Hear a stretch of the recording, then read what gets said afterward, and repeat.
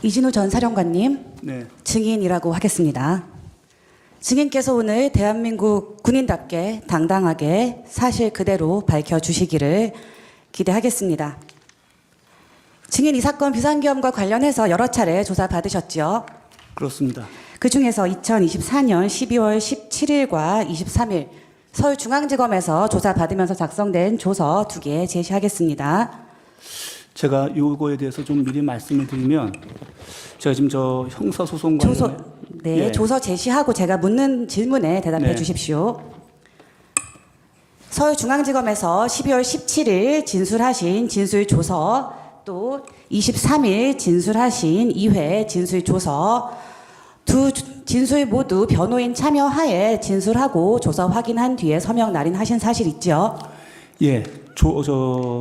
진술은 했습니다. 근데 제가 드리고 싶은 말씀은 진술하셨죠? 다음 질문하겠습니다. 이 있습니다. 절차에 이 있습니다. 피청구인 대리인 절차에 이 있습니다. 증인이 지금 붙여서 말을 하려고 하는데 그 청구인 대리인 측이 과도하게 제한하고 있습니다. 그 부분 네. 증인이 말할 수 있도록 좀 네. 허용해 주시기 바랍니다. 잠깐만요. 앉으세요. 존경하는 재판관님. 이어서 말씀하세요. 네. 또 요즘 계신 우리 국회 변호인 여러분, 저도 지금 형사소송에 관련돼 있습니다. 그리고 지금 현재는 증거인부 절차가 진행 중에 있습니다. 아직 진행되고 있고 또 저에 대한 조서에 대한 동의 여부도 아직 이루어지지 않았고 저는 이와 관련돼서 저의 변호사와 상의도 못했습니다. 그래서 지금 현재 상의해서 조만간 결정한 예정인데 지금 제가 형사소송법에 의거해서 공소 제기된 상황에서 오늘 이 자리에서 정말 엄중하고 중요한 상황인 건 제가 알지만 말씀드리는 것이 상당히 제한되는 것을 양해드립니다. 이상입니다. 네, 하십시오. 그러면 제가 드리는 질문 잘 듣고 대답하실 수 있는 범위에서 대답하시기 바랍니다. 증인 방금 제가 제시한 조서 보셨는데 검찰에서 사실대로 진술하였습니까? 검찰에서 조사받을 때 사실대로 진술하셨습니까? 답변 드리기 제한됩니다. 증인 계엄 상황 중에 대통령으로부터 3번 전화 받았다고 진술하였죠. 그 부분도 답변 드리는 것을 제한되는 걸 양해드립니다.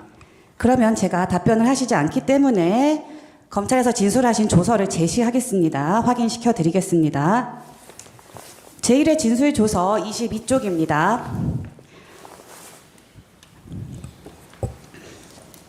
증인, 검찰에서 진술할 때 대통령으로부터 3번 정도 전화가 왔었고 장관으로부터는 셀 수 없이 많이 왔습니다. 라고 3번 전화 온 사실을 인정하는 진술하셨죠.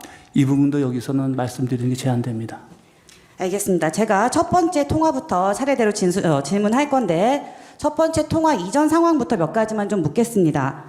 증인 계엄 선포 후에 사령부에 있다가 운전병 전속 부관과 함께 차량으로 국회 앞으로 이동했죠. 네. 증인이 수방사 다른 병력보다도 제일 먼저 국회에 도착했죠. 그 부분은 모르고 그 부분도 좀 제가 답변 드리는 건 제한됩니다.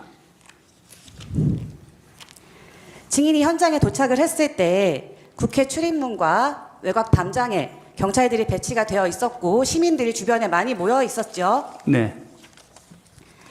그래서 차량으로 도착한 수방사 병력들이 국회 담장 안쪽으로 진입하기가 어려운 상황이었죠. 그렇습니다. 그래서 증인이 도착하는 수방사 병력에게 차에서 내려서 경찰 협조를 받아서 담을 넘어 들어가라 이렇게 지시했죠. 그 부분도 좀 답변 드리기가 좀 제한이 됩니다. 증인 이렇게 현장에 도착해서 상황을 파악을 하고 또 도착한 병력들에게 국회 담장 안쪽으로 들어가라고 지시하던 무렵에 대통령으로부터 처음 전화를 받았죠. 그 부분도 답변 드리기 제한됩니다. 증인 국회 국조특위에서 군인답게 당당하게 모든 것을 사실대로 밝히겠다 때가 되면 증인이 이 대통령의 위헌적인 지시에 관해서 진술할 수 있는 헌법재판소에서 진술할 수 있는 기회는 오늘입니다. 오늘이 바로 그 당당하게 모든 것을 사실대로 밝힐 그때가 아닌가 싶습니다. 국회에서 그 답변해야 될 건 사실이고. 질문을 드린 것은 아닙니다. 네. 아, 그래요? 네. 대통령이 증인에게 직접 전화하는 일이 자주 있었습니까? 답변 드리기 제한됩니다. 증인이 거부해도 제가 확인할 수 있는 질문들은 계속 드리겠습니다. 증인 첫 번째 통화에서 대통령이 증인에게 현장 상황을 물어봤고 증인이 국회에 도착했는데 사람이 많아서 들어갈 수가 없다 이렇게 보고했죠. 답변 드리지 않겠습니다. 네, 2회 진술조서 14쪽 제시하겠습니다.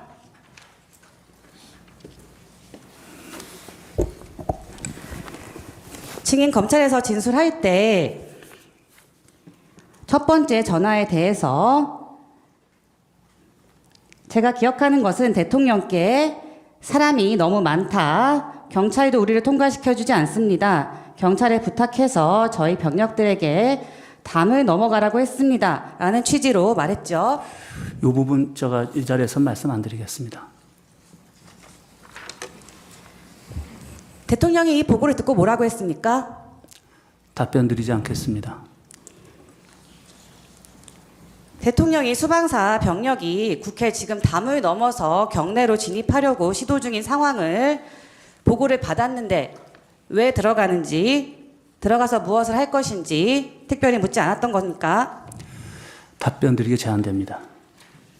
재판장님 죄송하지만 제가 대통령께서 한마디만 말씀드리겠습니다. 아닙니다. 지금 저 증인 취재 신문 조서에 저희 동의 여부 절차를 거치지 않았는데 그 조서를 가지고 묻는 것은 저희가 지금 동의 여부 부동의 여부를 확인하고 그냥 물어보세요. 제시 없이 질문하겠습니다. 첫 번째 통화 이후에도 증인이 대통령으로부터 걸려온 두 번째 전화를 받았죠.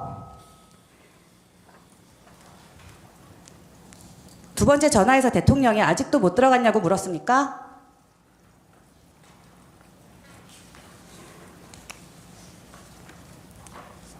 두 번째 통화에서 대통령이 4명이 들어가면 1명씩 드러낼 수 있지 않느냐, 안에 있는 사람 끌어내라 라고 지시하였죠. 아니 거부한다고 말을 해주세요. 예. 왜냐하면 녹취가 예. 안 되기 때문에. 저 답변 드리지 않겠습니다. 증인 12월 17일 조사 당시에 검찰에서 대통령이 4명이 들어가면 1명씩 드러낼 수 있지 않냐, 안에 있는 사람 끌어내라 라고 하셨다고 진술하신 적 있으시죠? 답변 드리지 않겠습니다. 2회 진술조사 당시, 2회 조사 당시에도 대통령이 4명이 1명씩 들고 나올 수 있지 않냐라는 말을 기억하고 그 말을 듣고 제 마음이 좋지 않았습니다 라고도 진술했죠. 답변 드리지 않겠습니다. 증인은 검찰에서 이 제가 말씀드린 2번뿐만이 아니라 거의 모든 조사에서 대통령의 3번 통화에 대해서 그리고 그 통화의 구체적인 내용에 대해서 일관되게 답변을 하였는데 이 부분에 대해서 인정하는 것이 어렵습니까? 그 부분도 답변 드리지 않겠고 저희 재판에 있을 때 그 부분은 다툴 여지가 많습니다. 증인이 검찰에서 사실대로 진술하지 않았다는 말인가요? 그거는 그 저의 조사 기록을 보시면 알 겁니다. 제가 동의한 게 있고 아닌 게 있는데 그 내용의 마지막에 검찰에서 제시한 내용에는 그런 부분이 남겨져 있지 않았습니다.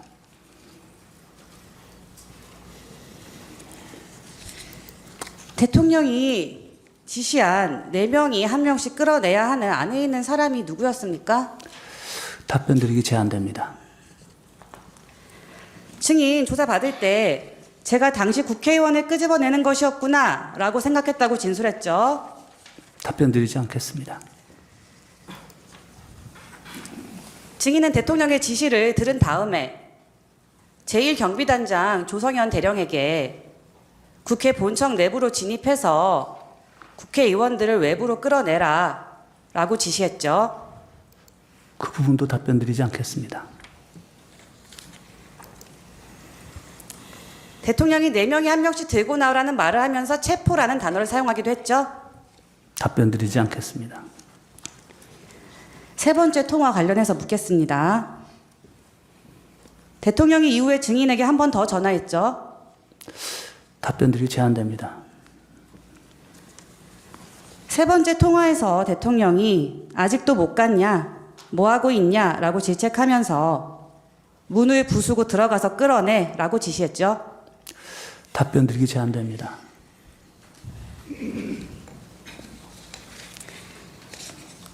이 부분 역시 검찰에서 조사받을 당시에 세 번째 통화에서 문을 부수고 들어가서 끌어내라고 말씀하셨다고 진술했죠.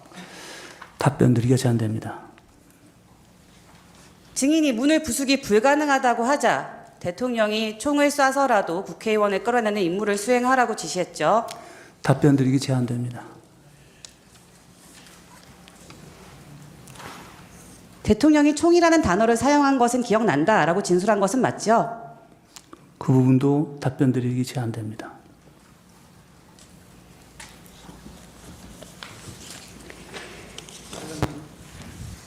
절차 이 부분이 하나 있습니다. 네, 지금 현재 진술 조서를 제시하지 않는 것은 진전된 일입니다만 진술 조서 자체의 문구를 그대로 따서 이렇게 질문하고 있기 때문에 사실상 제시하는 효과와 마찬가지 양상을 빚고 있습니다. 그 취지를 가지고 묻는 것은 모르되 진술 조서의 문구 그대로를 축자적으로 제시하는 것은 진술 조서 제시와 효과가 같기 때문에 그 부분에 대해서 이의를 제기하는 것입니다. 그렇게 해주세요. 조서의 내용의 취지를 묻는 방식으로 신문하겠습니다. 아니 네. 진술 조서를 언급하지 마시고 네. 그냥 물어보시라고요. 알겠습니다. 제가 하나 추가로 드려보겠습니다. 증인 혹시 피청구인 면전이 아니고 가리개 설치된 상태에서는 좀 더 자유롭게 말씀하실 수 있나요? 전혀 그건 상관없습니다. 네. 저는 군인으로서 제 직책과 또 그 명예심을 가지고 말씀드리고 있는 중입니다.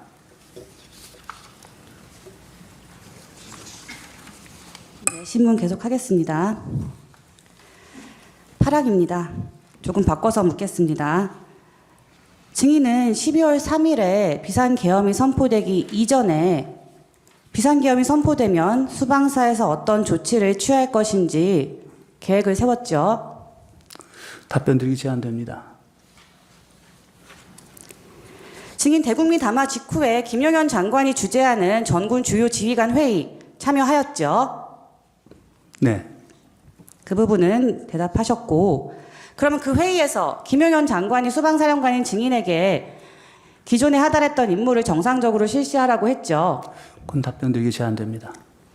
그럼 당시에 회의에서 김용현 장관이 뭐라고 했습니까?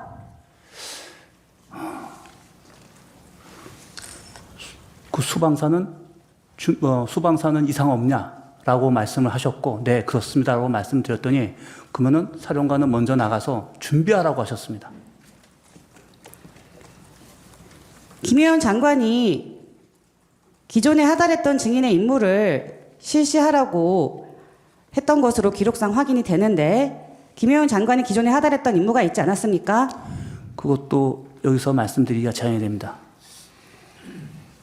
갑 제15호증의 2 보도 참고자료 4쪽 제시하겠습니다.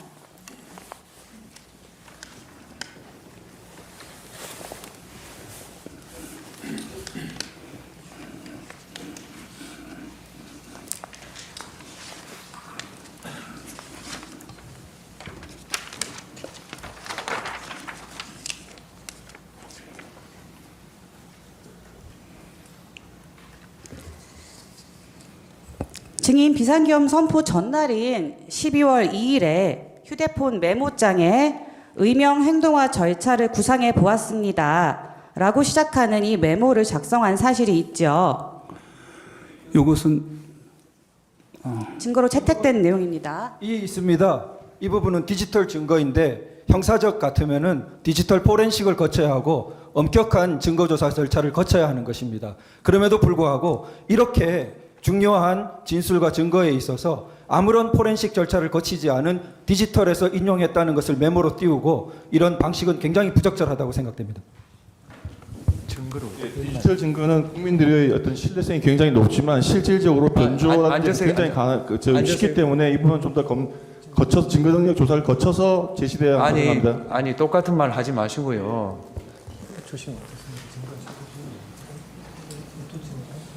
지금 몇 호증이죠? 15호증의 2, 15호증의 2입니다. 15호증 2 증거 체부 한번 보세요.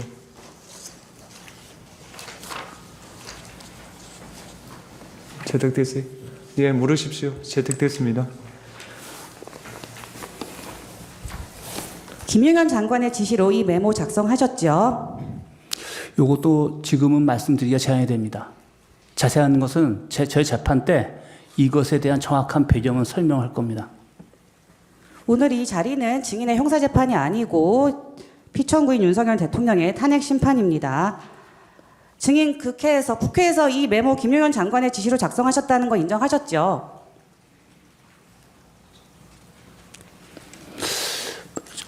정확하게 기억이 안 납니다. 예. 이 메모에 보면 최초 부인님, 이 부인은 VIP 대통령을 의미하는 것으로 볼 수 있는데 최초 부인님 대국민 연설 실시 전파시라는 기재가 있습니다. 대통령의 대국민 담화 상황을 상정하고 이후의 조치사항 정리한 거죠. 여기서는 제가 말씀드리는 게 제한이 되겠습니다. 그 밑에 있는 3번 쪽에 흑복 및 안면 마스크 착용, 칼라 태극기 부착, 야시장비 휴대, 개인 공포탄 개인 불출 이런 내용은 바로 다음 날인 12월 3일에 수방사 병력들의 출동 상황과 일치하지요. 동의하지 않습니다.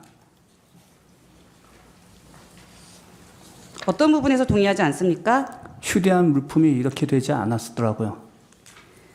공포탄 개인 불출 시행하셨죠? 그것도 여기서는 이유는 말씀 못 드리고 이것도 제가 오늘은 진술을 좀 거부하겠습니다. 공포탄 개인 불출하신 상황은 있죠? 이유는 말씀하지 않으시더라도 공포탄 개인 불출했죠? 12월 3일 계엄과 관련돼서 불출을 했던 것이 아니고 그 전 단계에 제가 먼저 소집을 시키면서 훈련 목적을 하기 위해서 공포탄을 불출하라고 말을 한 적은 있습니다. 그게 이렇게 연결이 돼 버렸습니다. 이 메모에서 본관이라고 기재되어 있는 것은 국회 본관을 의미하죠? 여기서는 좀 말씀드리는 게 제한이 됩니다. 이 메모에서 대테러 대기부대를 선투입해서 본관에 배치하고 후속대 1개 대대 이상 투입하고 이 협력단 국회 협력단을 말하는 거죠? 말씀드리는 것이 좀 제한되겠습니다. 국회 협력단 지원하에 구역을 세밀 배치한다. 이 내용도 바로 다음 날인 12월 3일 밤에 증인이 취했거나 취하려던 조치와 동일하지요. 말씀드리는 게 제한됩니다. 이 메모를 보면 이 메모를 12월 2일에 김용현 장관에게 작성한 이후에 보고했죠. 그것은 답변 드리지 않겠습니다. 증인이 평생 군인으로 복무하면서 국가와 국민을 위해서 헌신해 오신 분이시죠? 네, 그렇습니다. 증인이 이 자리에서 수사기관에서 진술했던 내용들을 모두 묵비하고 기억나지 않는다거나 말하는 것이 제한된다고 하는 것보다는 보다 떳떳하게 이를 밝히는 것이 국가와 국민에게 진정으로 봉사하고 헌신하는 길 아닙니까? 개인의 안위를 위해서 지금 모든 진술을 거부하시겠습니까? 이의가 하나 있습니다. 지금 그 화상기에 아까 전 메모가 계속 띄워져 있는데 질문도 그 내용 관련이 끝났기 때문에 화상기에서 치워주시는 것을 좀 부탁드립니다. 질문하시죠. 이 메모를 보면 김용현 장관이 증인에게 미리 하달했다고 하는 임무는 대통령의 대국민 담화를 통해서 비상기엄이 선포되면 이 보고 내용처럼 수방사 병력을 국회 본청에 투입해서 국회를 통제하라는 임무 아니었습니까? 이거라니까? 네. 예. 지금 이 질문을 계속 하시는데 사실 12월 2일 날 국방부 장관님께서 저한테 전화를 주셨어요. 오전에. 뭐였냐면 서울에서 비상 상황이 벌어지면 수방사는 어떻게 절차가 되고 역할이 뭐냐. 그래서 제가 그거를 한 4, 50분간을 전화로 말씀을 드렸습니다. 오전에.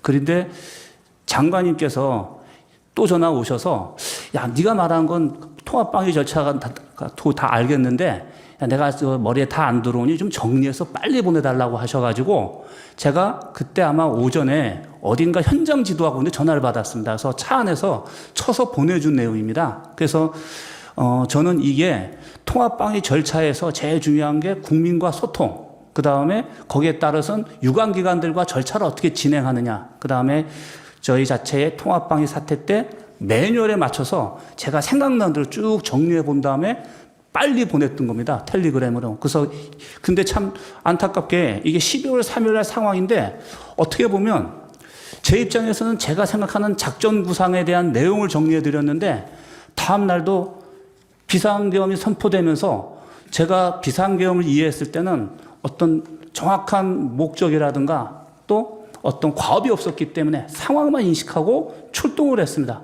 그래서 제가 판단한 건 군인으로서 야, 이러면 이 상황이면 내가 통합방위 항상 훈련돼 있던 그 절차대로 하다 보니까 거의 일치된 겁니다. 통합방위 매뉴얼에 비상계엄 선포 시의 매뉴얼이 포함되어 있습니까? 비상사태로 돼 있을 겁니다. 서울에서 발생하는 비상 상황에 대국민 담화를 선포하는 내용이 통합방위 매뉴얼에 포함되어 있습니까?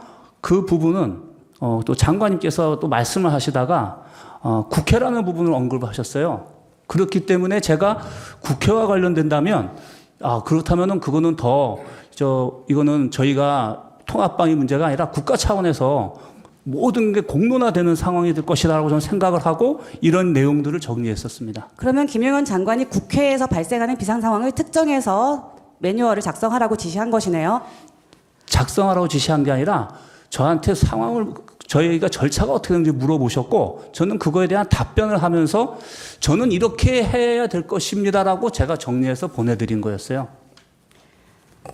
갑 15호증의 2의 3쪽 제시하겠습니다.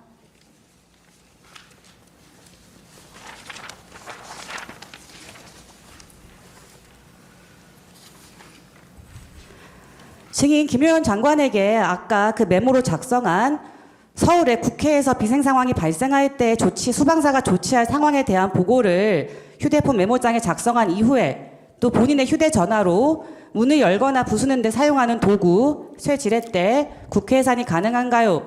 등을 검색한 사실이 있죠. 예, 이것도 그거를 작성하다 보니까 용어가 생각이 안 났어요. 그래서 이 도구가 이름 뭐지? 그래서 제가 인터넷에 그 워딩을 넣을 때 문을 부수는 이런 단어를 썼더니 쇠지렛대라고 나오더라고요. 그래서 그 쇠지렛대를 거기다가 언급을 했던 기억이 납니다. 있습니다. 이 부분도 수사 보고서인데 보통의 형사 재판 같으면은 이 증거 절차를 거쳐서 제시될 수 없는 문건입니다. 이런 부분이 지금 현재 이렇게 아까 전에 조서와 마찬가지로 제안합니다. 예. 네, 계속하십시오. 증거 채택된 데 대해서 계속 같은 취지로 항의하시면은 저는 신문을 방해하는 거로 생각할 수밖에 없습니다. 하십시오.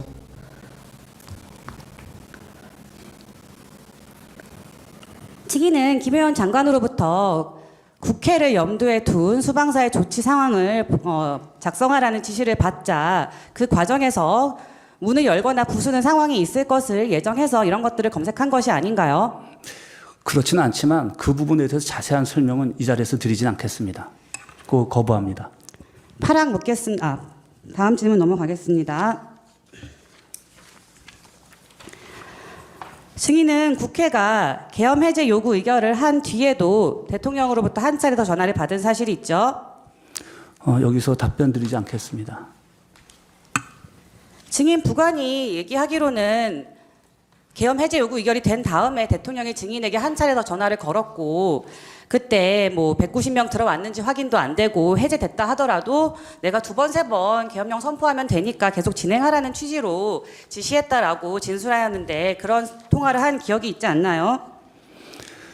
지금 제가 답변 드리지 못하는 가장 큰 원인이 바로 지금 우리 총무님께서 질문하신 그 내용입니다. 왜냐하면 제가 기억하는 것과 또 제3자가 하는 얘기가 저의 기억이 없는 게 되게 많습니다. 그래서 제가 답변을 못 드리는 거고 지금 저희 공소장에 나와 있는 내용은 저의 내용이 대부분이 아니라는 것을 말씀드립니다. 이상입니다.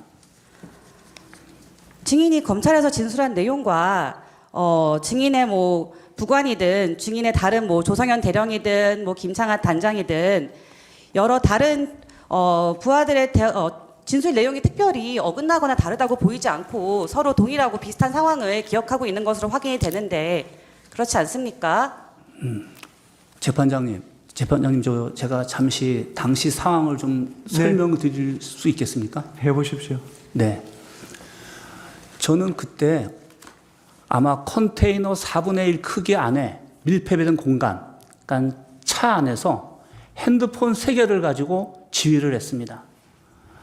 창문 2개를 통해서 바깥을 보면서 상황을 인지했고, 그 다음에 대부분 전화는 한 번도 끊어짐 없이 쉼없이 전화가 오고 갔습니다.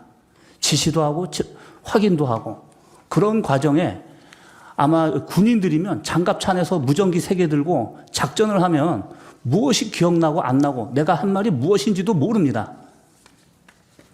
근데 어떻게 이렇게 자세하게 진술할 수 있는지도 제가 궁금하고, 저도 지금까지도 마치 조각이 편린된 것처럼 생각이 안 나서 12월 31일 날 우리 검사하시는 분이 이렇게 진행이 됐습니다 했을 때, 그때 저도 시간이 이렇게 지나갔구나라는 그 2시간을 이해했습니다. 근데 이 내용을 가지고 저보고 다 얘기하라고 한다면 사실은 그건 굉장히 위험하고 오히려 위증 가능성이 많다고 생각하기 때문에 제가 답변을 못 드린다는 것을 양해 드리면서 드리겠습니다. 이상입니다. 제가 증인에게 기억에 반하는 진술을 하라고 하는 것이 아닙니다. 그 증인 군인으로 평생 복무하시면서 비상계엄이라는 상황을 경험한 적 있으십니까? 없죠? 수방사 병력이 국회에 출동한 적 있으십니까? 없습니다. 증인 대통령으로부터 직접 이날 이전에 전화를 받은 적 있으십니까? 처음입니다. 비상계엄이 선포되는 굉장히 이례적 상황에서, 그리고 대통령이 평소에 직접 전화도 하지 않는 대통령이 직접 전화를 지시해서 또 그리고 질문 사항하고 실무 확산기하고 전혀 관계 없는 것이니까 치워주시기 바랍니다. 근데 그 부분은 비상계엄이라는 비상 상황이니까 그런 일이 있을 수 있지 않습니까? 증인, 제가 질문 아직 끝나지 않았습니다. 그런 이례적인 상황에서 또 대통령이 직접 전화로 지시를 하는데, 대통령의 지시 내용에는 4명이서 1명씩 끌어내라, 국회의원을 끌어내라, 문을 부수고 나서도 들어가라, 뭐 총이라는 단어, 체포라는 단어, 민주주의 사회에서 차마 상상하기 어려운, 사실은 굉장히 무거운 책임을 질 수도 있는 그런 충격적인 대화를, 그런 지시를 내렸는데 그 상황을 기억하지 못한다는 게 가능합니까? 누구라도 증인이 검찰에서 진술하면서 총, 체포, 문을 부숴라 이런 단어들을 기억한다고 진술했는데, 그것은 그 복잡한 상황에서도 대통령이 직접 전화를 했고 그 지시의 내용이 전혀 일상적이지 않은 굉장히 독특하고 이례적인 단어나 지시였기 때문에 증인이 그런 부분들을 기억해서 진술한 것 아닙니까? 그 부분은 제가 답변드리기 제한이 됩니다.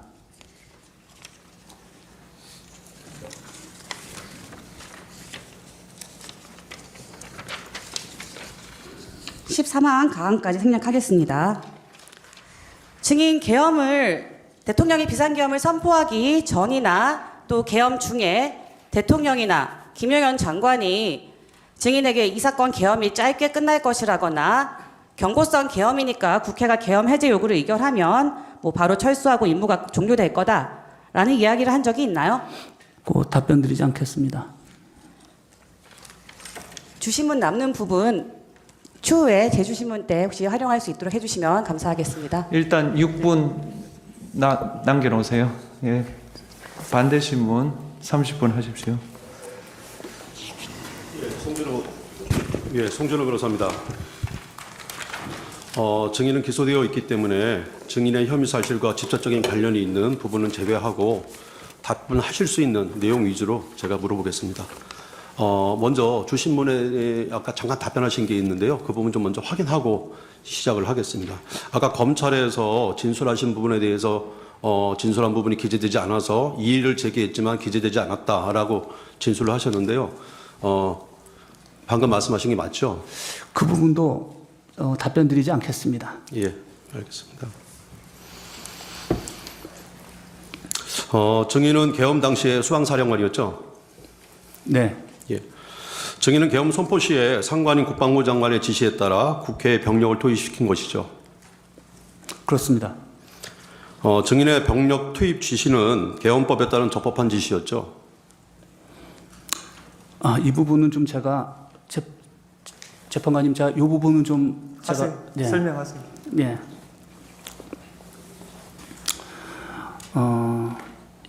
12월 3일 날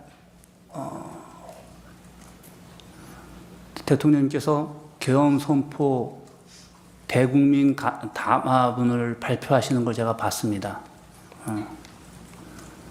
사실 그 직전에 장관님께서 미리 부대에 좀 가서 대기하라, 무슨 상황이 있을 수 있을 것 같다라는 말씀을 듣고 들어갔었거든요. 근데 저는 국민의 대표이시고 또 국군 통수권자이신 대통령님이 또 저 개인적으로는 알기론 검찰총장님까지 하셔서 법에 대해서는 누구보다도 아마 전문가 아니신가라는 생각도 하는데 국민을 상대로 또 전 세계, 전 국민에게 방송을 통해서 그것을 이렇게 얘기를 하시는데 그게 위법이다, 위헌이다라는 생각을 하등에 할 여지가 없었습니다. 그리고 지금도 그 부분에 대해서는 전 적법했다고 생각을 하고 그 다음에 장관이 저에게 즉시 국회로 가라고 했을 때 그거는 작전 지시로 이해했습니다. 이게 뭐냐면 군인 관점에서 봤을 때 대통령님이 국민 담화를 한다는 것은 전략 지침입니다. 구체적이지 않고 모호하지만 군인들한테는 상황 인식을 시키는 굉장히 중요한 요소입니다. 거기서 다 기억은 안 나는데 대통령님께서 탄핵 얘기를 하시면서 사법 기능이 정상화가 안 되고 또 행정 기능이 뭐 정상되지 않는 그런 상황을 얘기하셨는데 저는 제가 통합방위해서 비상사태와 관련돼선 서울에서 임무 수행하다 보니까 5개 법령에 대해서 알고 있습니다. 비상사태와 관련돼 있는 건 통합방위, 민방위법, 예비군 기본법, 그 다음에 개헌법, 그 다음에 충무사태입니다. 이 5가지를 항상 염두하고 있기 때문에 비상사태 하면은 무슨 상황인지 압니다. 근데 거기서 그 언급하셨을 때 계엄령에 이런 문구가 있는 게 알고 있었어요. 어떤 여러 가지 교란적인 이유로 그 행정과 사법 기능이 어떤 정상적으로 되지 않았을 때 그것을 회복하기 위해서도 계엄령이 선포되는 조건이다라는 걸 제가 알고 있었거든요. 그래서 위법은 아니면서 이게 상황이 그렇게 가고 있는 거구나라는 이해를 했습니다.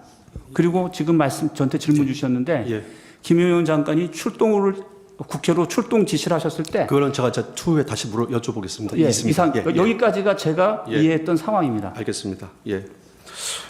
증인은 개헌법 규정에 따라 적법하게 예하 부대를 국회에 출동시켰을 뿐이고 그 과정에서 무력을 행사하여 민간인에게 피해를 입히거나 다른 불법 행위를 저지르도록 지시한 바 없죠? 없습니다. 그 이유 거기에 대해서 좀 설명드리겠습니다. 연결이 되는데 그것도 추후에 제가 계속 여쭤봅니다. 알겠습니다. 예. 혹시 제가 여쭤보는 거에 미흡하면 그때 답변해 주시면 되겠습니다. 예. 증인은 개헌법에 따라 개헌 발령 시 매뉴얼대로 예하 부대에 대한 지휘권을 발동해야 했을 뿐이고 내란죄로 체포 구속된 부분은 되게 억울한 부분이 있죠. 그 부분은 제가 답변드리지 않겠습니다. 예, 알겠습니다. 증인은 12월 3일 비상계엄이 불법이라고 생각했다면 예하 부대를 출동시키지도 않았을 것이죠. 아까 말씀하신 그대로 내용으로 가름하겠습니다. 예. 7번 사항 질문하겠습니다. 증인은 수사기관 조사에서 누차 너무 많은 전화를 받아서 누가 무슨 말을 했는지 헷갈린다는 취지의 진술을 자주 해왔습니다. 증인은 전속 보관에게도 기억이 하나도 나지 않는다라고 말한 바 있으시죠? 사실 전혀 기억나지 않아서 12월 5일인가 6일 날 예. 부관한테 물어봤습니다. 어떤 얘기를 있었냐? 내가 기억이 아무것도 안 난다. 예. 라는 얘기를 부관한테 물어본 기억이 있어요. 예. 네. 알겠습니다. 증인은 수사를 받으면서 기억이 잘 나지 않는데 수사기관에서는 다른 사람들은 이렇게 말했다라고 하면서 유도신문을 하였고 그 다른 사람들의 기억에 따라 증인 스스로 자기의 진술을 이렇게 맞춘 경우도 있었죠. 그거는 검사의 역할이라고 생각을 하고 예. 그거는 제가 크게 문제 삼지는 않습니다. 예, 알겠습니다. 개엄 전에 상황에 대해서는 약간 질문을 드리겠습니다. 2024년도에 대통령, 국방부 장관, 경호처장, 그다음에 방첩사령관, 수방사령관이었던 증인 등이 몇 차례 모이는 자리가 있었죠. 네. 몇 차례가 모이게 된 것은 증인을 포함한 참석 지휘관들이 수도권 방위와 대통령 경호 등에 대해서 협조 보대들이라 함께하는 경우가 있었던 것이죠. 저는 그렇게 생각하는데 또 이 부분에서는 제가 더 진술하고 싶지 예, 않습니다. 알겠습니다. 예. 민주당 의원은 국회 국방위에서 야전에 근무하는 지휘관들은 대통령과 식사 한번 못 하는데 증인, 방첩사령관 등은 자주 한다. 이것은 불공평한 것이고 증인을 포함한 몇몇 지휘관들이 대통령 또는 장관에게 편애를 받는다. 아니면 미리 계엄을 모의한 것이다. 라는 주장을 하였는데요. 이는 전혀 사실이 아니고 선동하는 것이죠. 사실이 아니면서도 그 모임이 있는 것에 대해서는 저도 굉장히 불편한 건 사실입니다. 왜냐하면은 많은 장군들이 있는데 그것은 공평하지 않다라고 생각은 했습니다. 예, 알겠습니다. 이 자리에 계엄사령관 박안수는 참석한 사실이 없죠. 네? 예, 그 자리 모임 자리에 참모총장 박안수는 참석한 사실이 없죠. 네. 비상계엄 발령 시에 당연히 상황에 대해서 좀 질문드리겠습니다. 증인은 12월 3일 오전에는 당일 이제 계엄이 발생한 그날입니다. 오전에 일상적인 회의와 현장 지도를 하였고 오후에는 병원 진료도 하였고 또 이발도 하셨고 저녁에는 수방사 예하 5개의 사단장, 여단장 및 그 배우자들과 함께 매년 열리는 저녁 식사 자리를 가진 후에 8시 30분까지 그은 사람들과 차단까지 하였죠. 네. 그리고 귀가하셨죠. 저희 공간에서 제가 예, 공간에서 하셨습니까? 2차까지 하면서 예. 사진까지 찍어주고 보냈습니다. 예, 예, 그러다 보니까 마지막 모습은 제가 관사에서 설거지하는 상황이었습니다. 예, 알겠습니다. 그 퇴근해서 관사에 있는데 9시 50분경에 김영경 국방부 장관으로부터 전화가 와서 부대에서 대기해라.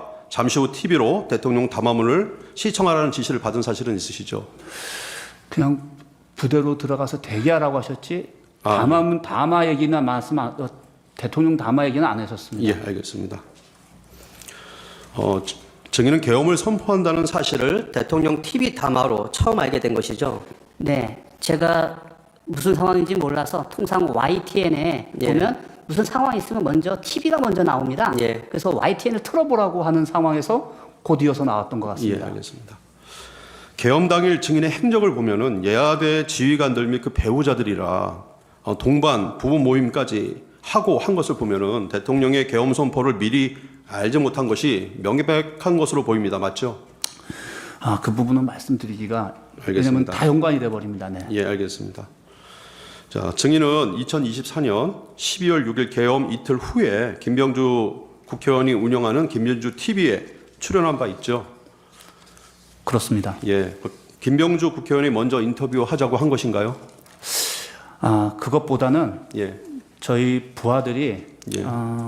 그 전에 아마 특전사령관이 아침에 그 부분에서 얘기를 하셨는데 제가 반대를 했습니다. 예. 왜냐하면은 군인으로서 기본적으로 상관의 승인을 받아야 된다. 예. 근데 나중에는 우리 특전사령관님께서 부하들에게 굉장히 미안해서 예. 내가 꼭 이거 얘기해야 된다 하시면서 본인은 알아서 하시겠다 하더라고요. 근데 그게 나왔습니다.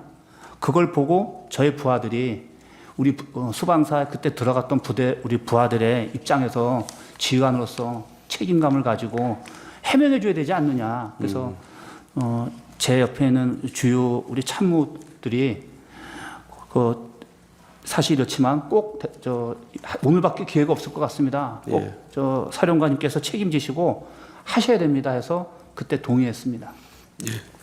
12번은 생략하겠습니다.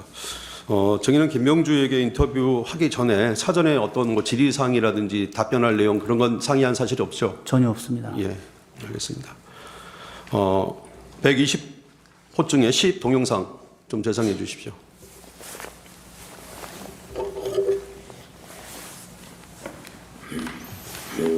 예, 김병주 TV에 나온 얘기입니다. 어떻게 알았습니까? 저는 그때 이제 사안이 심각한 상황이 있다고 해서 YTN을 사무실에 YTN을 틀어놓고 있는데 갑작스럽게 대통령께서 긴급 담화를 하시는 마지막 가운데서 동시에 제가 봤습니다. TV를 보고 아셨다? 네네. 그래서 지통제지를 받고 그러면 명령은 언제 수령했습니까? 주요 지휘관 회의 BTC를 시작을 그렇죠. 했는데 그렇게 하면 주요 지휘관 화상 회의를 먼저 시작했잖아요. 네. 거기서 임무를 준 모양이죠. 아닙니다. 장관. 그 긴급한 상황에서 수방사령관은 먼저 네. 자리를 떠서 출동을 해라 네. 하셔서 제가 나오는데 어디로 출동하라고 지시? 거기서는 말씀하시고 네. 별도 임무가 있다 이렇게 네. 하셔서 나왔는데 이제 다시 폰으로 연락이 오셔서 국회로 가라고 이렇게 하셨습니다. 국회로. 네. 그럼 특임단을 보내라고 임무를 줬습니까? 그런 그런데. 구체적인 건 아시고 네. 국회로만 가셨는데 네. 저희는 수방사가 서울에 있는 국가중요시설을 담당하고 있기 때문에 국회도 국가중요시설입니다. 네. 그래서 사실은 그때 운영할 수 있는 부대는 항상 비상대기하고 있는 우리 이번에 있는 3호 특임부대였습니다. 특임부대에게 임무를 줬다고 예. 하셨죠. 그럼 보내면서 임무를 준 것은 뭡니까? 보내면서 임무 주는 거는 딴 거 없었고 네. 너무 시간이 없었기 때문에 그때 일경비단장 또 우리 참모장 저가 이 상황에서 가서 무엇을 해야 되는가 했을 때 제일 중요한 것은 그 서울 시민의 안전, 네. 다치는 거라든가 무슨 일 있으면 안 되고 그 다음에 우리 출동한 장병들이 다쳐서는 안 된다. 그래서 그러기 위해서는 우리 장병들 서로 챙겨가지고 안전하게 해라. 그러면서 참모장이 저한테 건의했습니다. 그러면은 이 장비 중에 총기라든가 이런 것들은 휴대하지 않는 게 좋겠습니다. 라고 네. 얘기해서 타당하다 제가 얘기를 하고 그렇게 준비를 시켰습니다. 예. 아까 지금까지 쭉 말씀하신 내용 그대로 아마 인터뷰를 하신 것 같습니다. 증인은 대통령 계엄 선포 후에 국방부 장관 주관 화상회의에 참석했고 장관이 증인에게 나가서 출동 준비하라고만 했죠. 네. 예. 직후 장관이 전화로 증인에게 국회로 가라라고만 했죠. 국회로 즉시 출동하라고만. 예, 출동하라. 예. 국회로 가라는 말 위에는 구체적으로 국회 어디로 가서 어떤 임무를 수행해라 이런 지시는 없었죠. 네. 수방사는 비상 상황에서 서울의 국가 중요시설 72곳을 방해하는 것이 기본 임무고 국회도 그 중에 하나였죠. 네. 2004년도 한 해만도 50군데 중요시설에 대한 훈련을 실시하였죠. 예, 제가 부임해서 예. 제일 많이 예전 전 사령관님들한테 조언을 들은 것이 예. 지난 10년간 서울에서 통합방위 훈련을 유관기관과 한 적이 없다. 군인들만 했다. 그래서 너는 수방사령관 할 때 책임지고 유관기관과 함께 모든 국가 중요시설에 대한 예. 훈련을 해서 이것이 일상화되게 해라. 그런 어떤 굉장히 중요한 조언을 들었습니다. 예. 그래서 저도 그게 목표여서 그렇게 쭉 해왔습니다. 예. 당연히 훈련할 때는 총을 메고 하는 거죠. 기본 복장 갖추고. 그렇습니다. 예. 공경합동 통합방위 훈련 매뉴얼이나 2004년, 2024년도 50곳 했던 통합방위 훈련에 따르면은 수방사 임무는 시설 중에서도 가장 중요한 건물의 외곽방위, 경계를 담당하는 것이 임무죠. 병력들이 없기 때문에 예. 국가 중요 시설이 다 규모가 다릅니다. 예. 근데 작은 데는 저희가 할 수 있지만 예. 크면은 핵심 시설을 정합니다. 예, 핵심 판단해서 시설. 그럼 그 전체 기능이 돌아가는 핵심 시설을 정해서 그 핵심 시설의 외곽을 대치선을 만들어서 그 시설과 외부랑 접촉이 안 되게끔 차단하는 게 저희 이제 특임 부대들의 임무고 예. 만약에 그러니까 위협을 할 수 있는 적이 안에 들어가 있거나 또 안에 들어가 있으면 이것은 707에서 와서 예. 진입하게 돼 있습니다. 예. 그 저희가 상황을 평가해서 알려주고 유도하는 게 저희의 임무였습니다. 예. 알겠습니다. 그 시설을 방위하고 경계한다는 것의 의미가 시설에 접근하는 사람들의 신분을 확인하고 또 아무나 들어오지 못하게 하고 또 관계자만 출입할 수 있도록 한 게 맞죠. 그렇습니다. 예. 증인은 평소 훈련 매뉴얼에 따라서 국회의 가장 중요한 건물인 본관 국회의사당 건물의 외곽 방위를 하려고 했던 거죠. 그랬는데 사실 그 국회 안의 상황이 어떤 줄 몰랐습니다. 뒤에 또 계속 질문이 네, 있습니다. 알겠습니다. 예. 맞죠, 이거는 그죠? 네. 예. 그 배원 발령 후에 증인은 작계와 지침에 따른 국회 방호 임무를 수행하기 위해 병력을 국회로 보내야 했는데 부대 내에는 지휘관들이 모두 퇴근하고 없는 상태여서 그나마 바로 동원할 수 있는 5번 대기조처럼 상시 대기하고 있었던 초동조치부대인 3호 특임대 일부를 보내게 된 것이죠. 그렇지는 않습니다. 그렇습니까? 이 부분은 좀 얘기가 많기 때문에 절묘하겠습니다. 예, 알겠습니다. 그 출동 시에 장관이나 대통령으로부터 국회로 가서 국회의원들의 본관 출입을 막고 계엄 해제 요구 의결을 못하게 하라 이런 지시는 받은 바 없죠. 그런 출동 적은 시에 네, 예. 없습니다. 예. 저 125중에 11 동영상 재생해 주십시오. 그리고 제가 사실 나중에 현장에서 보니까 병력들이 저희 초동조치부대들은 기본적으로 들고 다니는 패키지가 있습니다. 그렇죠. 총하고 다 예. 휴대하죠. 총기를 들고 갔고 그 다음에 총은 탄약은 이제 안 가져가고 그 공포탄을 네. 대신해서 갔는데 제가 현장에서 먼저 보고 너무 상황이 사람들이 많았습니다. 그래서 총기는 차에다 다 내려두고 빈몸으로 내려서 임무를 수행해라 이렇게 임무했습니다. 네, 그럼 총기는 차량에 놔둔 상태에서 빈몸으로 내렸다. 그때 임무 준 거 있습니까? 그때도 역시 제일 중요했던 것은 시민들 안전 지키고 그 다음에 장병들 임무 잘해라. 그렇게 마치 잘해라가 표현 다 기억이 안 나는데 가서 원래 저희 기본 임무가 국가 중요시대장 경계입니다. 외부로부터 들어오는 것을 통제하고 신원 확보를 하는 게 유사시의 임무입니다. 그리고 본청으로 가는 걸로 알고 있는데요. 본청. 근데 그런 임무가 있지 않았기 때문에 네. 저희는 본청고 외곽에 있었습니다. 본청 외곽 경계를 담당했다. 네, 근데 그 인원도 너무 사람이 많아서 인원 중에 한 40여 명 정도밖에 못 탔고 나머지는 것까지도 가지 못한 상황이었습니다. 그리고 제가 이건 출동 당시 임무 부여에 대해서 나온 동영상인데요. 증인은 수방사 출동 인원들에게 시민들, 장병들의 안전이 최우선이다. 총은 두고 빈몸으로 내려서 임무를 수행하고 장갑차는 가지고 나오지 말아라 이렇게 지시하셨죠. 그렇습니다. 예. 국회 본관으로 들어가라는 지시가 없었기 때문에 국회 본관으로 가지 않고 국회 본관 외곽 경계에 지시를 내렸다는 것이죠. 지시가 있어서가 아니고 매뉴얼상 저희는 내부에 들어가는 계획이 없습니다. 예, 네. 알겠습니다.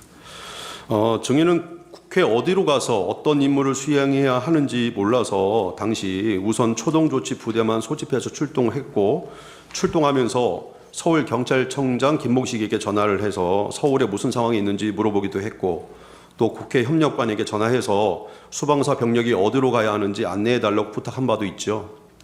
그렇습니다. 예. 을 121호증의 1 김청학과 조성의 대화 내용 띄우겠습니다.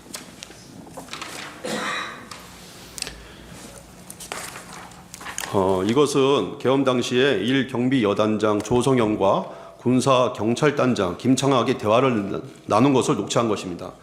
여기에 보면 녹취 시간이 당일 23시 51분 10초 때 녹취가 된 겁니다.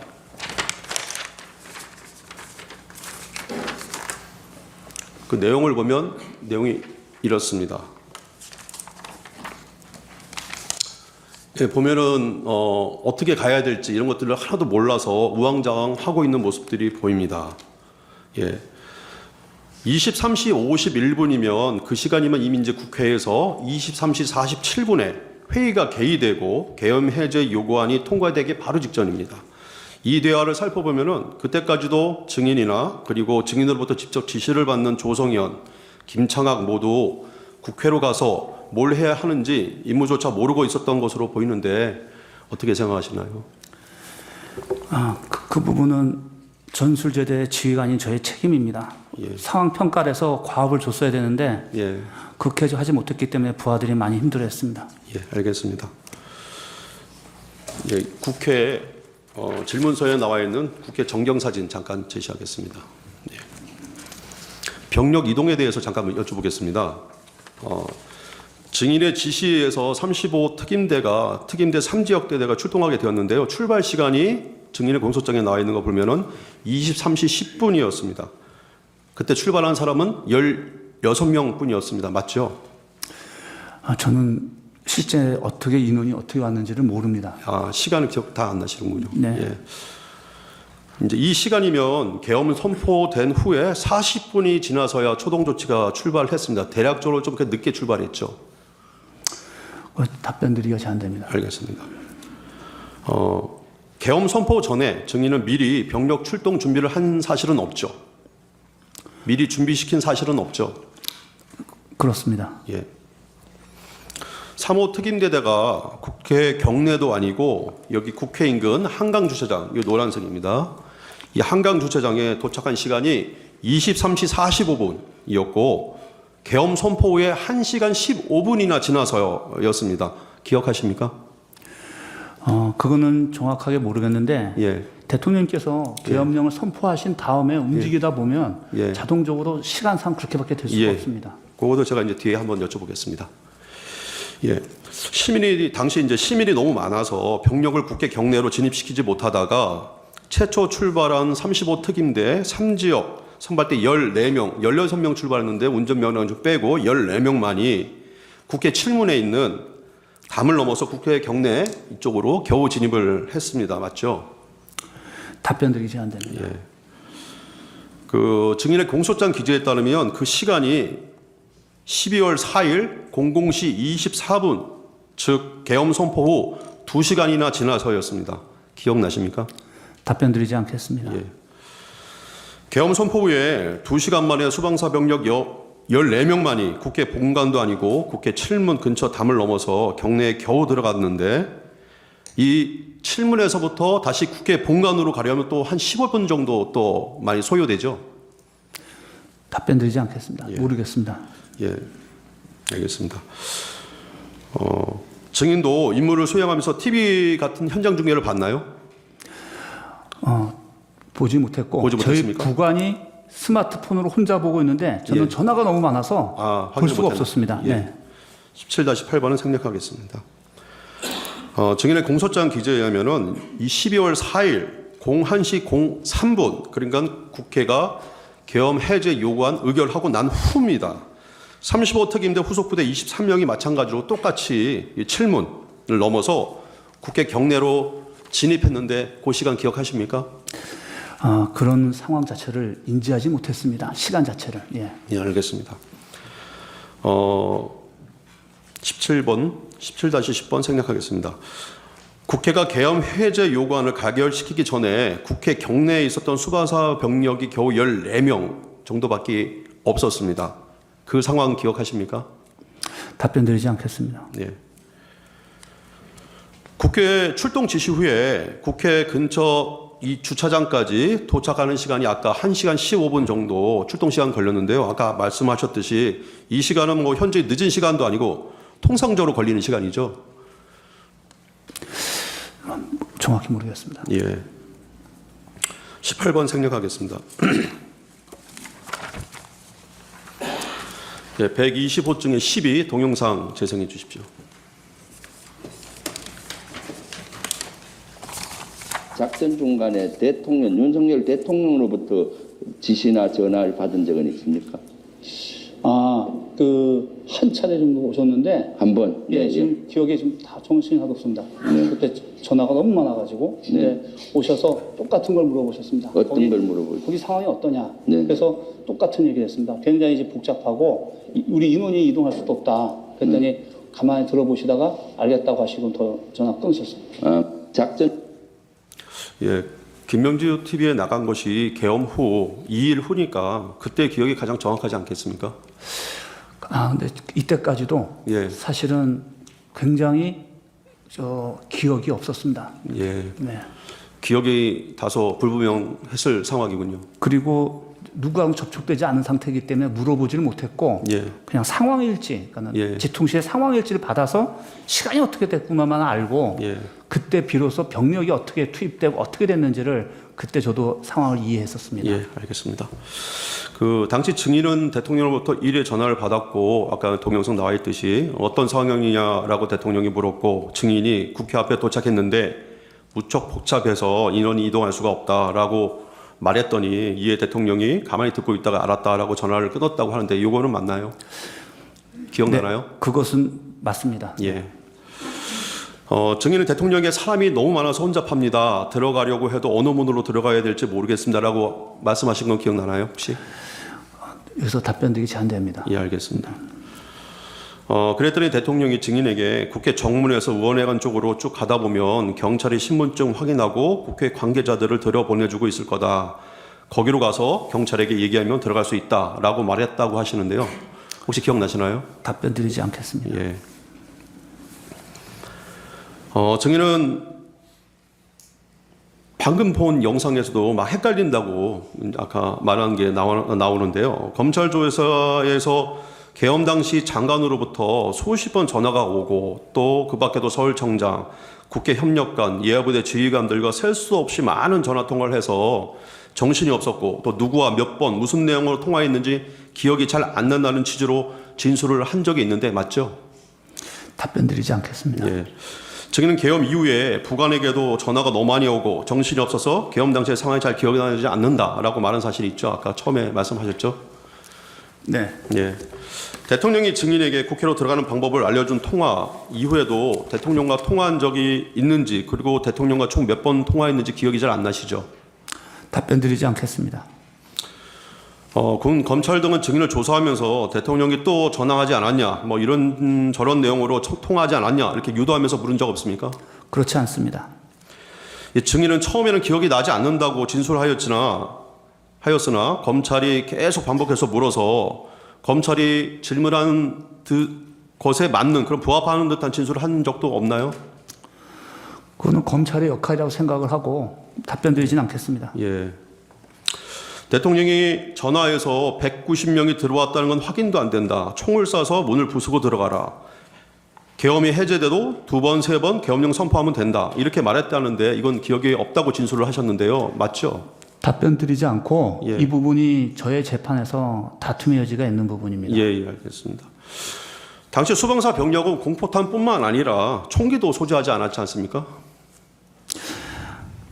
그건 나중에 혹시 저한테 시간을 주시면 예. 전체적으로 어떻게 작전을 그려나가는 건지 그걸 한번 설명하면서 답변 드리겠습니다. 예, 마지막에 말씀드리겠습니다. 제 기회를 드리겠습니다. 120호 중에 13 동영상 재생해 주십시오.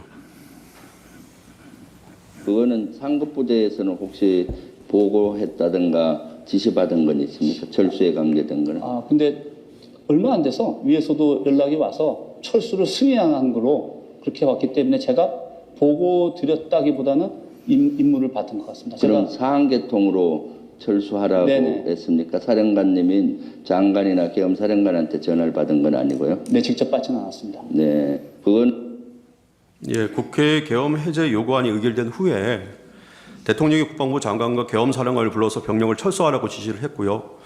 그 지시가 상황계통으로 내려왔다고 하는데 수방사 병력은 상황계통으로 지시도 받은 적이 있죠. 그 부분은 제가 비하폰을 받았기 때문에 사실입니다. 예. 증인은 계엄 당시 대통령 국방부 장관으로부터 누군가를 체포하라는 지시를 받은 사실이 있습니까? 없고 그 다음에 그것은 더 이상 답변 드리지 않겠습니다. 예, 알겠습니다. 비원 벙커에 대해 잠깐 여쭤보겠습니다. 체포와 관련돼서 계속 언급되는 것이 수방사 비원 벙커인데요. 또 증인은 또 국방이나 국회에 나가서 이 부분에 대해서 자세히 설명을 하려고 하는데 민주당 의원들이 계속 말문을 막아서 말씀을 못 하신 걸로 보입니다. 수방사 비원 벙커가 뭐 하는 곳입니까? 모두 다 아시지만 예. 국가 중요 시설이고 전쟁 지도부가 들어간 곳, 군사 지휘부가 들어가는 곳입니다. 그래서 언급하는 것 자체가 상당히 보안입니다. 예, 그렇죠. 제가 제일 안타까운 게 예. 국회에서든 어디서든 이런 얘기들을 언급 안 했으면 좋겠습니다. 예, 예. 이상입니다. 예, 알겠습니다. 국방부 장관은 본 법정에서 누군가를 체포해서 구금하기 위해서는 방마다 화장실 등의 구금을 위한 시설들이 갖추어져 있어야 하는데 수방사 비원 벙커는 그런 시설들이 전혀 갖추어지지 않아 누군가를 체포해서 수용할 수 있는 곳은 아니다라고 얘기를 했는데 맞나요? 답변 드리지 않고 다만 거기에는 평시에도 일개대대 병력들이 상주하고 있습니다. 예. 전략사뿐만 아니라 여러 부대들이 들어가 있기 때문에 불가능합니다. 예, 자세한 내용은 답변하지 않으셔도 됩니다. 예. 아까 그 전반적인 작전에 대해서 말씀을 하고 싶다고 하시는데요. 시간 저희가 1분 55초 정도 시간이 있으니까 거기에 대한 답변 좀 부탁드리겠습니다. 네. 앞서 대통령께서 담화하시면 전략 지침인데 모호하고 또 장관님이 작전 지시를 하면 역시 과업이 불분명합니다. 근데 그게 군인들의 역할입니다. 자유민주주의 국가의 문민통제 체제에서는 민간이 군을 알 수가 없기 때문에 두리뭉실 얘기하고 항상 군인들은 그 대비를 해야 됩니다. 계획이 없었습니다. 그러면 어떻게 해야 되냐면 그때 현장에 가서 전략 지침을 이해해서 나름 평가를 해서 명령을 주려면 구체적으로 주지 못하더라도 국제법과 국내법에 위반되지 않는 부분부터 해석합니다. 그게 통상 우리 교리상에 제약사항, 금지사항이 있고 최종 상태라는 게 있습니다. 제가 상황 벌어지자마자 부하들과 얘기하면서 최종 상태를 얘기한 게 그거였습니다. 과업이 불분명 상태에서 혼란할 수 있으니까 각자와 맨 위와 맨 아래가 같은 선상에서 생각할 수 있는 방향이 있어야 되는데 그것이 세 가지였습니다. 곧바로 한 10분 내에 얘기했던 것 같은데 국가 중요시설이 보호돼야 되고 국민은 안전해야 되고 또 시민이 안전해야 되고 그다음에 우리 장병들이 다치면 안 된다. 이걸 가지고 시작하자라고 그런 상태에서 제가 제일 먼저 가게 됐던 건 사령관은 가장 결정적인 장소, 상황에 결심할 때가 어딘가를 봐야 되는데 제가 판단했을 때는 국회였고 다 모르기 때문에 그다음에 저희도 그 많은 훈련했지만 국회에 들어가서 훈련이라든가 정찰을 해본 적이 없었습니다. 그래서 내가 직접 가겠다고 먼저 가겠다고 말했던 거고 가서 보니까 앞서 설명하신 것처럼 정말 시민들이 너무 많았고 상황이 너무 달랐습니다. 그래서 제가 평가를 한 다음에 했던 금지사항 그게 두 가지였는데 장갑차 들어오지 마라. 장갑차 출동하지 마라. 그 다음에 모든 장병들은 총을 차에다 내려놓고 국회로 이동해라. 이 지시를 한 겁니다. 그러니까 이게 막 상황은 되게 복잡했지만 군인들은 단순하게 해석해버려야 됩니다. 그래야만 임무가 되고 부하들이 불필요하게 시민이라든가 전우들을 다치게 하지 않거든요. 그래서 제가 해준 역할은 거기까지였고 그 다음에 현장에 도착하게 되면 분명히 전술제대 지휘관들이 저한테 자기들이 상평가에서 이렇습니다 라고 얘기하면 제가 그때부터 과업을 줄 수 있었는데 계엄이 해제가 2시간 만에 끝나다 보니까 도착도 못하고 끝나버렸습니다. 그래서 결론적으로는 제가 우리 부하들에게 작전 구상에 의한 하나의 과업들을 주지 못하고 끝나게 돼버린 겁니다. 이상입니다. 네, 제 주신문 15분 하십시오.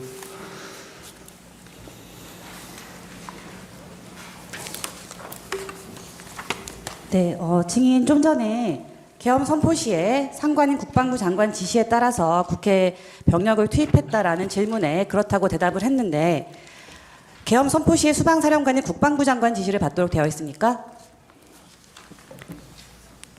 계엄 선포 직후에 또 아까 병력 투입 지시는 계엄법에 따른 적법한 지시라고 생각했다 이렇게 얘기하셨는데 계엄 선포 직후에 계엄 사령부도 구성되기 전에 국회에 출동해서 작전을 시행하는 것이 계엄법에 따른 적법한 지시였다고 주장하는 것인가요?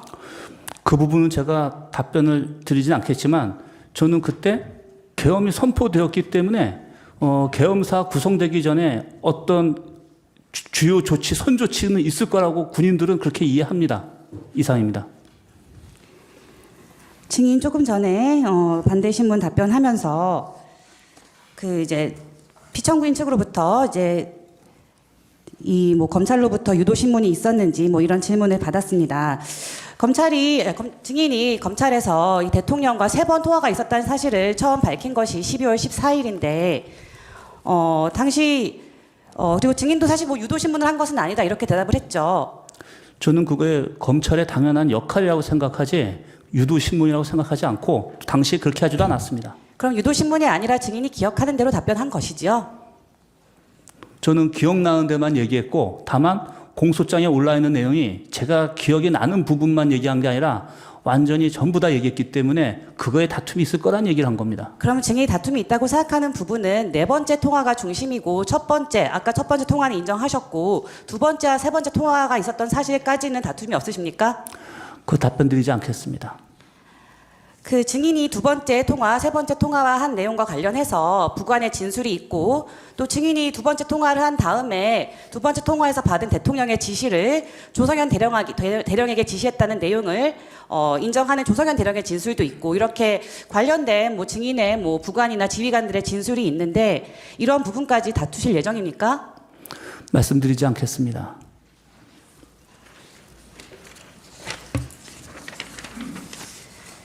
증인의 부관이나 증인의 지휘관들이 뭐 듣지 않은 내용, 기억에 반하는 내용을 허위로 이야기해서 증인을 곤란하게 할 특별한 이유가 있습니까? 저는 저희 부하들을 믿고 절대 그러지 않을 부하들이라고 확신합니다.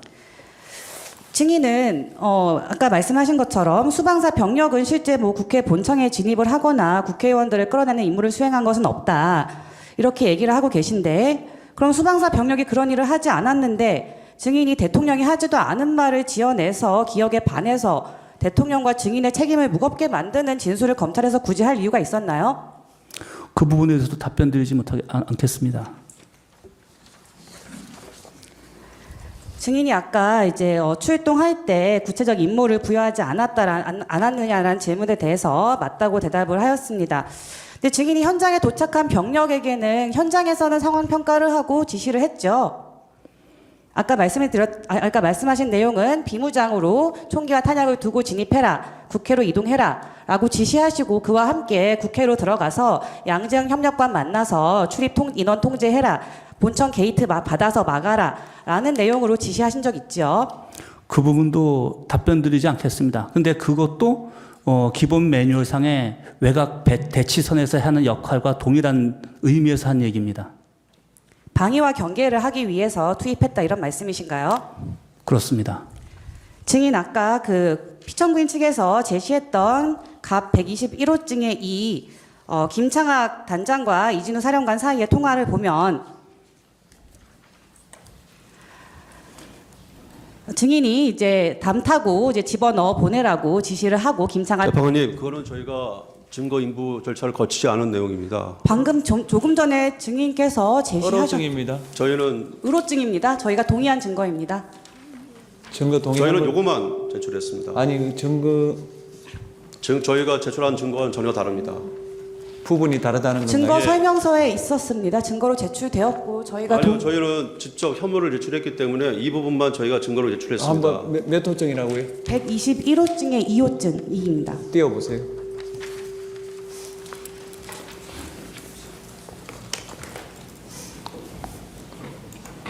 한번 122호증 11 한번 띄워보세요.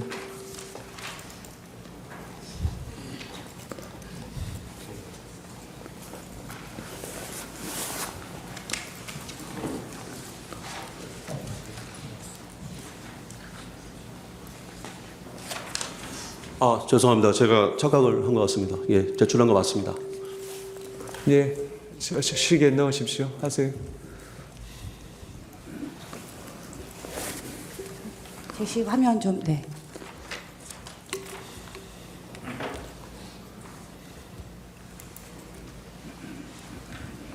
증인이 김창학 단장에게 양재응 장군을 이야기하는데 양재응 장군이 있고 본청에서 게이트 하나 맡아서 못 들어오게 막는 것을 해라고 출입 통제 지시를 했지요. 이 부분은 제가 국회 본청이 어떻게 생기고 구조가 어떻게 되는지 전혀 모릅니다. 그것만 말씀드리겠습니다. 국회 본청의 구조를 모르기 때문에 양재응 장관의 지시를 받더라도 어쨌든 게이트를 맡아서 출입하지 못하라는 지시를 하는 내용이 확인이 됩니다. 증인이 아까 이제 뭐 방위와 경계 얘기를 했는데 그래서 이제 방위와 경계는 이제 뭐 관계자는 신원을 확인해서 관계자만 출입할 수 있게 한다 이런 취지로 이야기하셨죠. 당시에 제가 울타리를 경찰들이 다 통제하고 있었는데 울타리를 넘어가는 사람들이 상당히 많았습니다. 군인들은 정식으로 요청하면 다 거부됐는데 신원이 확인되지 않은 수많은 사람들이 울타리를 넘어가는 상황이었습니다. 제가 그 부분을 보고 염두에서 판단한 상황이었습니다. 증인이 제일 먼저 도착한 김희규 그 3호 특임대 3지역 대장에게는 출입하는 모든 인원을 통제하라고 지시했죠. 그것도 좀 여기서는 답변 드리기가 제한됩니다.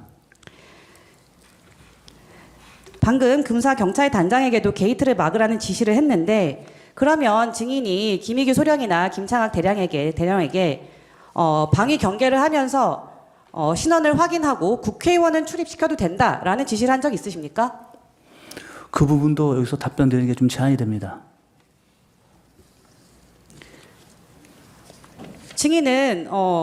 증인의 의도가 어떠했는지는 모르겠지만 증인이 담을 타고 들여보낸 수방사 병력들이 국회 본청 근처에 가 있을 때 대통령은 국회의원을 끌어내라는 지시를 증인에게 했죠. 그 부분도 답변 드리는 게 제한이 됩니다. 국회의원을 끌어내는 것은 국회를 방해하거나 경계하는 게 아니고 국회를 방해하라는 지시 아닙니까? 답변 드리지 않겠습니다. 아까 증인이 국회 출동이 이제 늦어진 사정과 관련된 이야기를 했는데 그러면서 계엄 전에 미리 출동을 준비시킨 적이 없다 이렇게 답변을 했습니다. 근데 일단 김영현 장관은 비상계엄 선포 전에 21시 48분경에 상황이 있으니 대기하라고 했죠. 그렇습니다.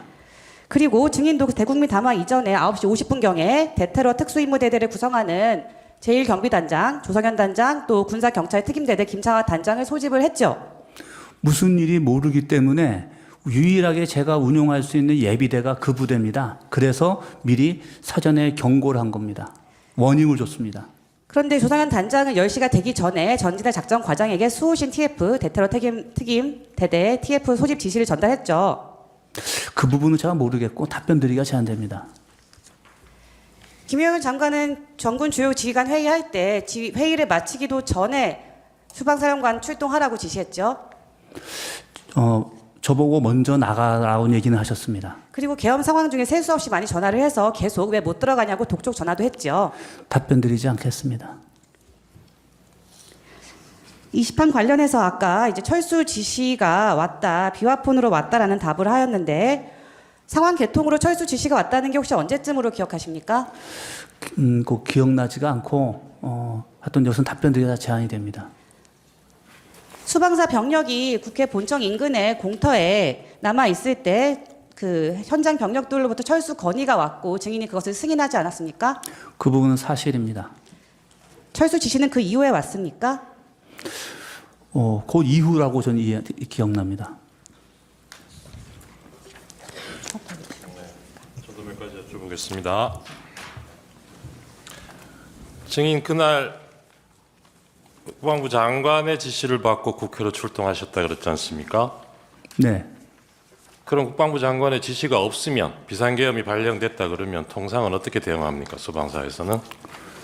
제가 아마 합참의장한테 건의를 했을 겁니다. 어떤 건의를 합니까? 출동해야 될 것 같습니다라고. 어디로? 만약에 제가 전화를 먼저 했던 데가 경찰입니다. 왜냐하면 모든 서울 안보에서 제일 먼저 하는 데가 경찰입니다. 그래서 네. 경찰에다 물어보고 상황이 뭔지 확인할 겁니다. 그런데 그게 국회라고 확인되면 저는 이런 것 같아서 국회가 네, 저희 담당 저희가 갈 겁니다라고 이야기했습니다. 그날은 국방부 장관이 먼저 전화가 왔기 때문에 그 지시에 따른 거라는 거죠. 그렇습니다. 예. 아까 증인도 거의 수방사에서 선발대 보내고 바로 같이 출발했죠, 증인도. 증인도 그날 출동 지시 내리고 네. 그 부하들이 움직이기 전에 증인이 먼저 출동하셨던 거 아니? 제가 먼저 갔습니다. 그렇죠. 네. 그 아까 차 안에 계셨다 그랬는데 네. 컨테이너 4분의 1 크기? 그러니까 그 크기가 그러니까 좀 상상을 좀 시켜드리려고 한 건데 일찍 그냥 작은 도착하셔서 차입니다. 네. 이 상황 끝날 때까지 계속 그 차 안에 계셨던 겁니까? 그렇습니다. 그 차 안에 누가 있었죠? 그분 우리 부관, 운전관 이렇게 운전관. 셋이 있었습니다. 예. 자리가 그러면 운전관 있고 부관은 앞에 있고 조수석에 있고 저는 뒤에 뒷자리에 있고 증인 혼자 그렇습니다. 있었기. 아까 전화기 3개로 뭐 계속 전화 통화하느라고 정신 없었다 그러셨죠? 그렇습니다. 예. 그때 운전관은 자고 있었다 그래요. 그거는 인지하셨습니까 그때? 차가 계속 이동하는 상황인데 잤을 리는 없었습니다. 잤을 리는 없어요. 예, 차가 계속 돌았습니다. 매각을. 그 전화를 계속 하고 뭐 통화 계속 중이었다 그랬잖아요. 그 부관도 그 전화를 들을 수는 있는 상황이었죠. 그거는 제가 모르겠습니다. 네. 아까 증인 그날 증인이 검찰에서 한 진술에 대해서 이게 제3자 진술하고 증인 진술하고 그 중에 뭐 증인 진술은 좀 묻히고 제3자 진술을 검찰에서는 조금 더 우선해서 그게 공소장에는 공소사실은 그렇게 반영돼 있는 것 같다. 그런 취지로 진술을 하신 것 같은데. 답변 드리지 않겠습니다. 예, 그거는 그렇고 그때 차 안에 같이 있었던 그 부관의 진술도 그냥 제3자의 진술에 불과합니까? 아니면 제가 잘 모르겠습니다. 그 진술은 증인이 보기에 믿을 만한 진술입니까? 일단은 제가 기억이 없는 가운데 네. 그 말을 듣고 제가 그거를 증언하면 위증이 될 수 있지 않습니까? 네네. 그런 입장에서 봐주셔야 될 거라고 생각합니다. 네, 알겠습니다. 아까 그 메모 보내주는 거 보면 그 증인이 뭐 이렇게 국회 해산 검색도 하고 그러셨잖아요. 그때 검색해 보니까 뭐라고 나오던가요? 그 부분에서는 여기서 답변 드리지 않겠습니다. 반대신문 중에 아까 대리인께서 대통령이 전화통화해서 이런 얘기하지 않았냐. 의원회관 쪽으로 쭉 가다 보면 경찰의 신분증을 확인하고 관계자들을 들여보내주고 있을 거다. 거기 가서 경찰에 얘기하면 들어갈 수 있을 거다. 이렇게 얘기하지 않았냐고 물었는데 증인 답변을 안 하셨어요. 이 부분도. 네. 근데 원래 증언 거부할 수 있는 거는 네. 본인이 네. 유죄 판결 받을 수 있는 사실이 드러날 염려가 있을 경우에 안 할 수 있는 겁니다. 네. 근데 지금 이 내용은 만약에 대통령이 이런 얘기 했으면 대통령한테도 그렇고 증인한테도 그렇고 유리하면 유리하지 불리할 게 하나도 없는 얘기예요. 근데 이거 왜 답변을 안 하세요? 제가 정확하게 그걸 모르구나 기억이 안 나는데 네. 이걸 얘기를 어떻게 해야 기억이 안 난다는 취지입니까? 네. 알겠습니다. 아까 증인 병력 투입 지시가 개헌법에 따른 적법한 지시라고 받아들였다. 이런 취지로 얘기하셨어요. 그렇습니다. 처음에 출동 지시 받았을 때는 그럴 수도 있다고 생각합니다. 근데 네. 이 생각이 나중에 대통령하고 전화 통화하고 그 이후에도 이 생각이 유지가 됐어요. 계엄 상황 끝날 때까지 이 생각이 유지가 됐습니까? 상황 평가는 계속 이루어집니다. 군인들한테는. 그러니까요. 근데 네. 그 평가가 재평가되기 전에 상황이 종료가 됐습니다. 네. 굉장히 빠른 시간이 끝났기 때문에 재평가가 될 상황이 없었습니다. 그 중간에 이게 적법 여부에 대해서 의문을 가지는 순간이 한순간도 없었어요? 왜냐하면 병력이 외곽 대치선에 점령조차도 못했는데 네. 제 모든 관심은 병력이 배치돼서 그 배치 결과를 보고하고 예하 지휘관들이 이런 상황입니다. 어떻게 할까요? 라는 말을 들어야 되는데 도착을 안 했는데 어떻게 다음 거를 생각합니까? 그 당시의 상황에 대해서 증인하고 참모장하고 생각이 좀 다르지 않았던가요? 참모장은 제가 굉장히 신뢰하는 우리 제 장군 우리 전우인데 네. 굉장히 어떻게 보면은 좀 항상 저랑 의도적으로 반대 입장에서 레드팀에서 항상 조언해주는 우리 후배입니다. 네. 그래서 제가 상당히 존중하는 후배고. 그때 그날 참모장은 레드팀으로서 어떤 의견을 내던가요? 직접 먼저 가시는 게 맞겠습니까라는 얘기를 제가 들었던 것 같고. 네. 그 다음에 몇 가지 조언을 한 것 같은데 다 기억나지는 않습니다. 그 처음에 출동할 때는 어떤 상황인지 잘 모르고 가셨다 했잖아요. 네. 근데 수방사가 보통 이런 비상사태 때 출동하는 것은 뭐 대테러 업무에 하기 위해서 가는 거 아닌가요? 대테러는 아주 일부입니다. 아, 그런가요? 네. 제가 앞서 말씀드렸지 않습니까? 비상사태의 종류가 다양한 게 있는데 그 많은 것 중에 테러는 비상사태에 네네네. 들어가지 않습니다. 제가 네. 여쭤보겠습니다. 그럼 출동 지시 받을 때는 어떤 상황인지 잘 모르고 가셨는데 네. 국회 앞에 가서 보니까 거기서 차 안에서 지금 몇 시간 계셨다는 거잖아요. 보고받으면서. 네. 그렇게 몇 시간 동안 계셔 보니까 그게 어떤 상황이었어요? 그날 국회 상황이. 무질서 상황이었다고 얘기하고 무질서 상황이었다. 네. 그거는 무질서 상황이기 때문에 군이 투입된 겁니까? 아니면 군이 가서 무질서 상황이 된 거예요?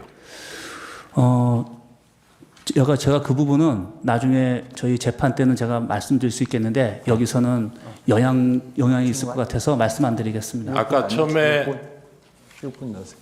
6분 하세요. 예. 그 서울경찰청장하고 통화하셨다 그랬습니까? 예, 아닙니다. 서울지방경찰청장. 서울지방 통화하셨다 그랬죠. 그래서 무슨 상황인지 물어보셨다 그랬죠. 네, 그 부분도 제가 좀 답변 못 드리는 게 좀 서로 이견이 그러니까 다른 것 같아요. 증인 입장을 물어보는 겁니다. 증인이 하셨다는 얘기가. 답변 드리지 않겠습니다. 그때 서울경찰청장이 무슨 상황이라고 물어봤으니까 뭐 대답이 있었을 거 아니에요. 뭐라 그러던가요? 답변 드리지 않겠습니다. 증인이 잘 모르고 가셨다던 그 임무를 네. 이 계엄 상황 종료될 때까지도 결국 모르고 오신 거예요? 수방사가 여기 왜 왔는지. 저는 어떻게 보면은 결론적으로 부하들한테 제가 나중에 모아놓고 제 입장에 소감을 얘기해줬는데 네. 거기에다 담겨 있다고 생각합니다. 근데 그 부분이 제가 제 부하들한테 고맙고 왜냐면은 제가 명확하게 임무를 부여해주지 못하고 가시화시켜주지 못한 상태에서 그 증인도 무슨 인물인지 모르셨다니까. 구체적으로 직무를 내려줄 수가 없었겠네요. 현장 가서 판단하려고 했는데 예. 현장에 진입을 못했기 때문에 또 보고를 못 받았기 때문에 상황을 모르고 끝났다는 입장입니다. 네.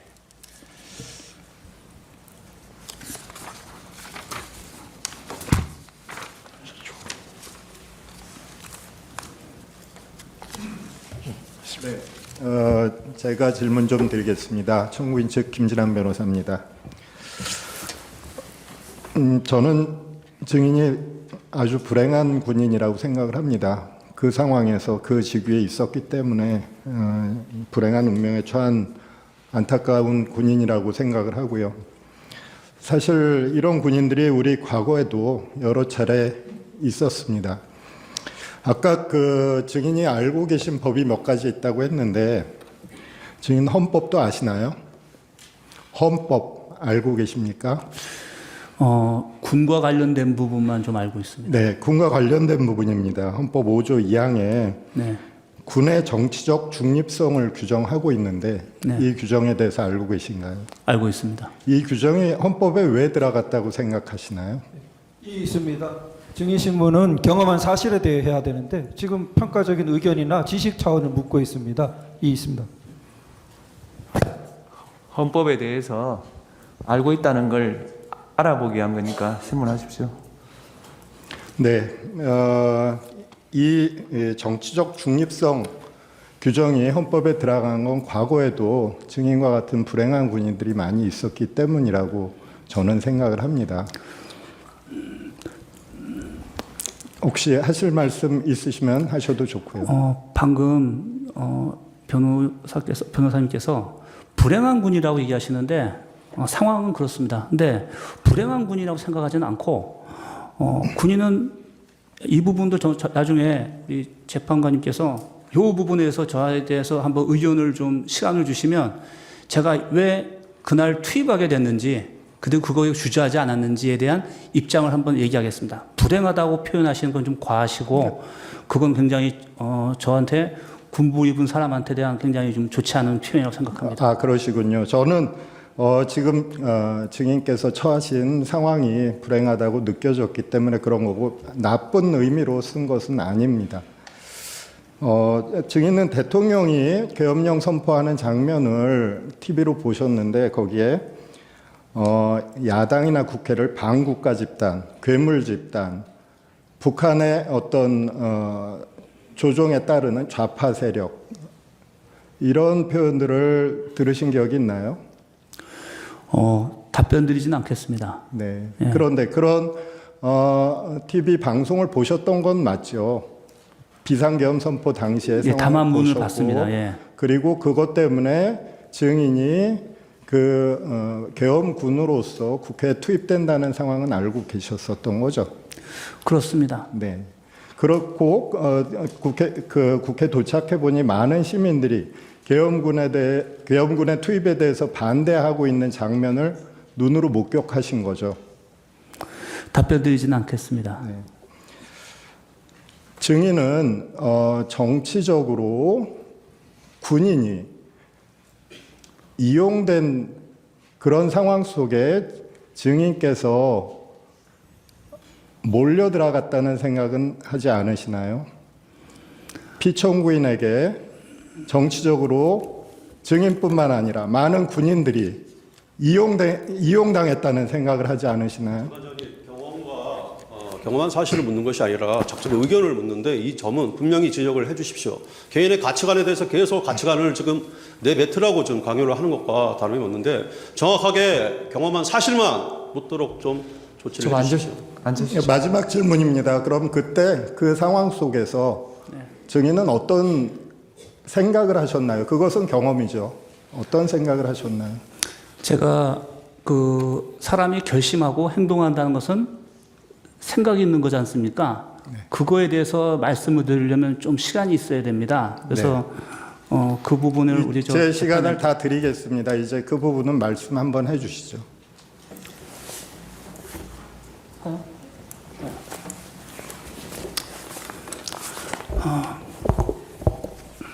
존경하는 재판장님, 그리고 여기 국회를 대표하시는 분들과 또 대통령님 다 계시는데 저는 군인입니다. 근데 저는 군에 대해서 비전을 갖고 있었고 가지고 있고 그 다음에 저의 역할은 저를 통해서 다음 세대 그 다음에 우리 후배 장병들이 좋은 선례가 되고 모범이 되고 그들의 어떤 가치관이 정립되기를 바라는 목표로 살아왔습니다.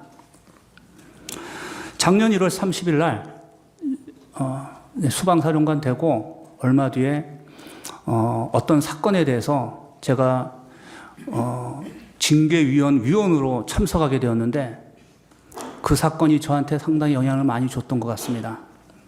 모두 다 아시는 건데 서해 민간 공무원 피살 사건에 대해서 그 관련되어 있는 작전 책임 부대장에 대한 징계를 제가 하게 됐었습니다. 그 내용은 보안이고 비밀이기 때문에 내용은 말씀 안 드립니다. 결론적으로는 우리 대한민국 국민 한 사람이 죽었는데 결심하는 사람이 없었고 상황 평가하는 사람이 없었고 건의한 사람이 없었고 확인한 사람이 없었다는 걸 제가 알았습니다. 제가 군인으로서 지금까지 살아오고 또 삼성장군까지 돼가지고 제가 해야 할 일이 뭔가 하고 생각했을 때 그 잘못된 풍토를 바꿔야 되겠다라는 생각을 했습니다. 그것도 전 어떻게 보면 교만이라 생각하고 오만일 수 있습니다. 그 부분에 대해서 굉장히 결심을 했었습니다.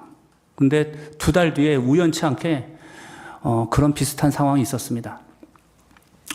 3월 30일인가 서울 상공 북쪽에서 피하 식별이 되지 않는 UAV가 발견이 됐습니다. 우리 예하 방공부대의 TOD가 잡았는데 제가 그때 밖에서 전술 토의하고 있는 중이었습니다. 확인되지 않는 UAV가 와 있는데 이 위치와 거리, 방향상으로 봤을 때 2분 30초 아니면 대통령 계시는 특정 지역으로 들어옵니다. 어떡할까요? 라고 연락이 왔습니다. 물론 제 밑에 제대의 지휘관들 다 있었지만 아무도 얘기 안 하고 저만 제 전화 통화에서 답을 듣고 싶어 했습니다. 교전하라고 그랬습니다.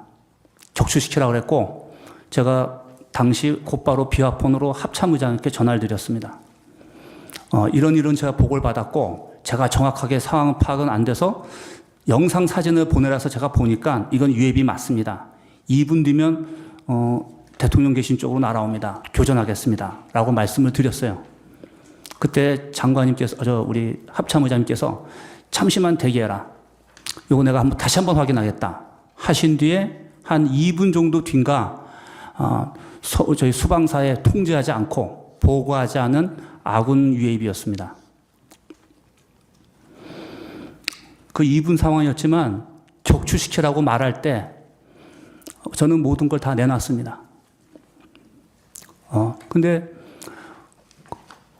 제가 1월 30일 날 우리 전우를 징계를 해본 거 보면서 군인이 항상 영광이 아니라 어느 한순간은 사라질 수 있고 나갈 수 있겠다. 근데 어떤 모습이냐라고 생각했을 때 책임이라고 생각했습니다. 그리고 지난 12월 3일 국회로 출동하라고 했을 때 제가 가장 먼저 나가게 됐던 이유도 제가 책임지려면 제가 먼저 보고 판단해서 임무를 줘야 된다고 생각을 했는데 그 결과까지 가보진 못했지만 하여튼 결론적으로는 이렇게 됐고 제가 이 자리에 서게 됐습니다. 앞서 불행한 군인이라고 얘기하셨는데 그러면 안 불행한 군인이 무엇인지 제가 묻고 싶고 그러면 우리 대한민국 국민은 국민의 어떤 한 가지 사건에 어떤 위협에 대해서 확실하지 않은 위협 또 뭔지도 모르는 비상이 걸렸을 때 이거저거 다 따지면서 법적인 거 다 따지면서 나중에 합니까? 그건 제가 묻고 싶습니다. 그렇게 하는 게 그게 행복한 거 그게 아까 말씀하셨던 어떤 군인이라고 하셨죠? 그 불행한 그 행복한 군인인가? 그런 군인은 마무리 좀 해주세요. 예. 이상이고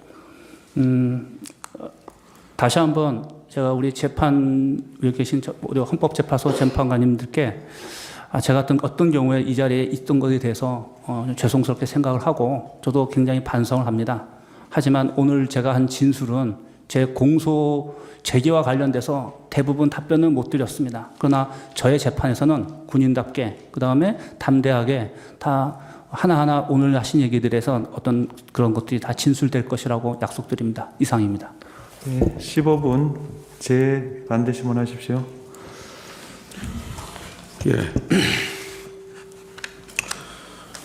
육사 승도 생활을 하다 보면 우리 항상 신념을 갖고 살죠. 화량다에서 동작동까지 이런 군인에게 불행한 군인 이렇게 말을 하는 게 너무나 참담하고 안타깝습니다. 국회 경내에 2시간 만에 들어간 사람이 14명이었습니다. 14명. 당시에 증인이 봤을 때 국회 경내에 시민들이 얼마 정도나 있었습니까? 정확하게 제가 숫자는 셀 수가 없지만 대략적으로 차량이 지나가면 사람이 다칠 정도로 위험하다는 생각이 들 정도였습니다. 예. 증인이 보기에 상당히 많은 사람들이 국회에 담을 넘거나 국회 경내 또는 국회 외곽에 있었죠. 그건 제 눈으로 목격했는데 예. 한 공간인데 예. 경찰들이 그 부분은 이제 제지는 못하더라고요. 예. 민간인이고 어떤 이유인지 몰라도. 근데 저희는 이제 정식으로 요청하니까 이제 제지를 당하는 상황이었습니다. 근데 꽤 많이 넘어가는 걸 봤습니다. 예. 14명밖에 없었는데 그 14명이 국회 안에 들어가 있는 국회의원 200여 명, 그 다음에 보좌관까지 합치면 또 수백 명, 또 안에 또 들어가 있는 시민들 담 넘어서 그 사람들 단 10명이라도 끌어낼 수 있습니까? 그건 말씀드리고 싶지 않습니다. 예.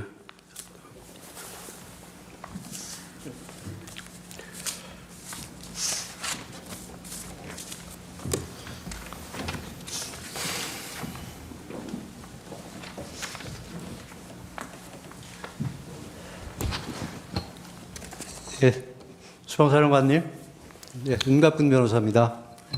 몇 가지만 질문을 하겠습니다.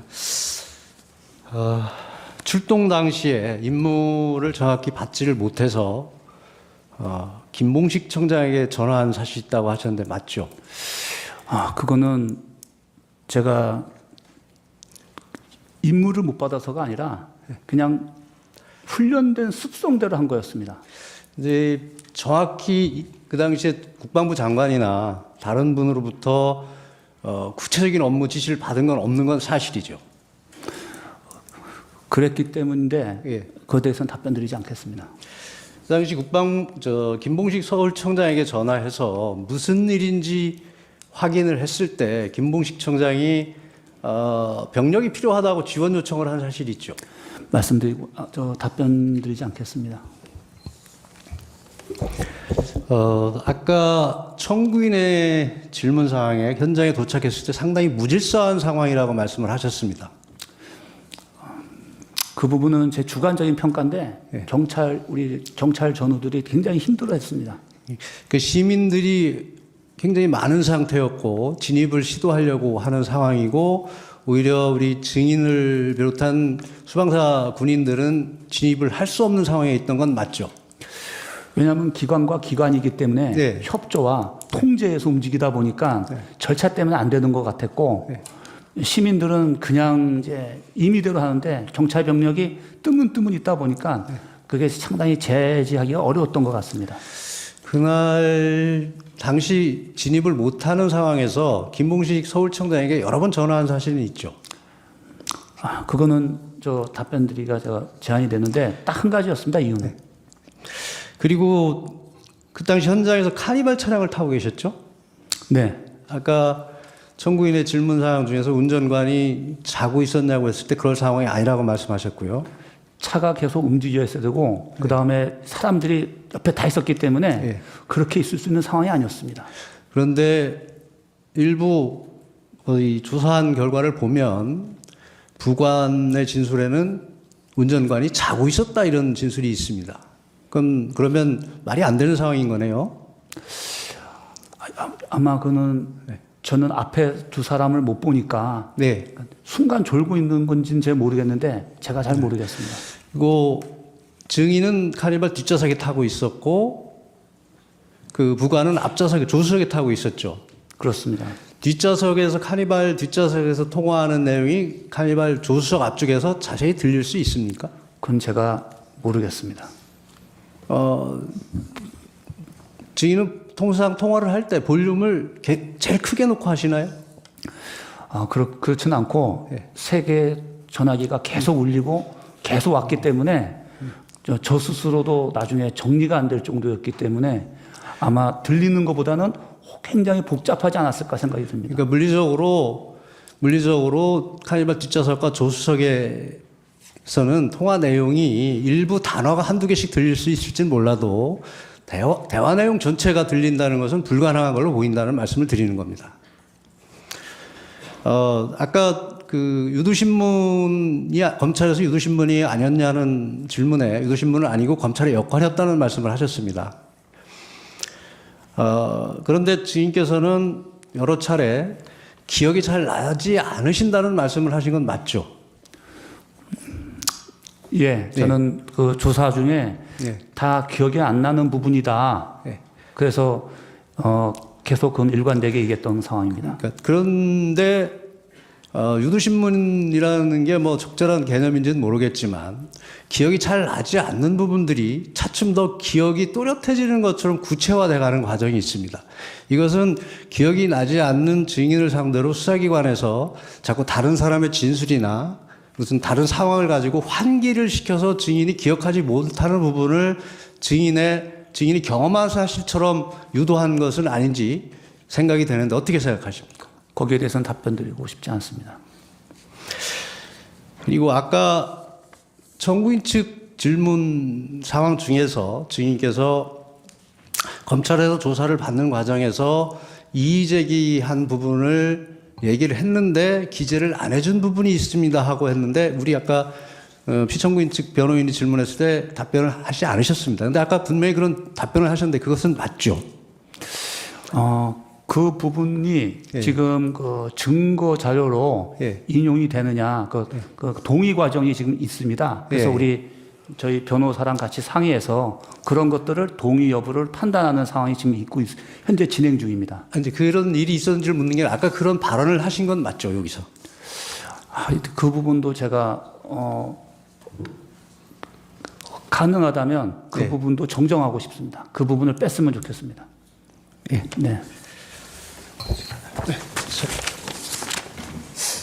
네, 이동찬 변호사입니다.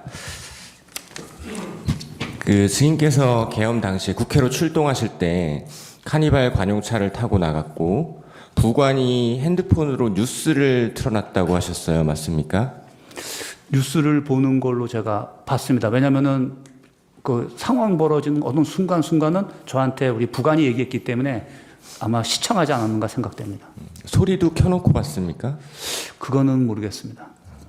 증인 대통령으로부터 전화 받은 폰이 군에서 지급한 비화폰이죠? 군에서 지공하는 비화폰입니다. 네네. 그 비화폰에는 다른 추가로 어플리케이션을 설치할 수가 없죠. 그런 걸로 알고 있습니다. 블루투스 기능은 있습니까? 그렇게 되지 않습니다. 그러면 비화폰에 그 통화를 할 때 스피커폰 기능도 없죠? 그런 거 다 없습니다. 네.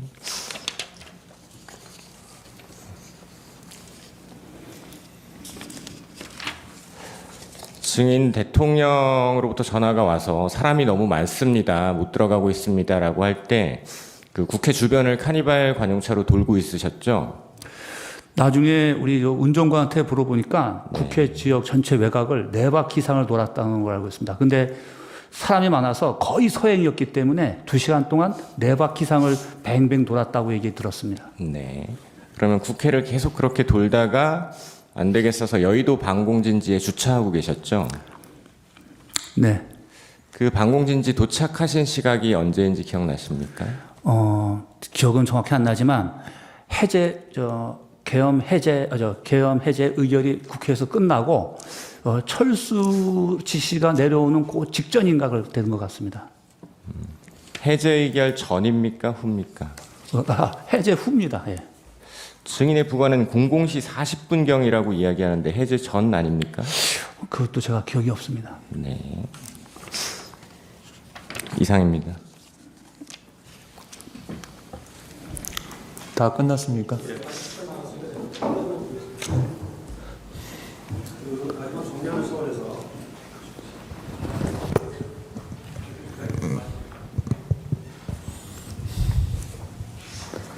사실 가장 중요한 부분이기 때문에 정리를 하기 위해서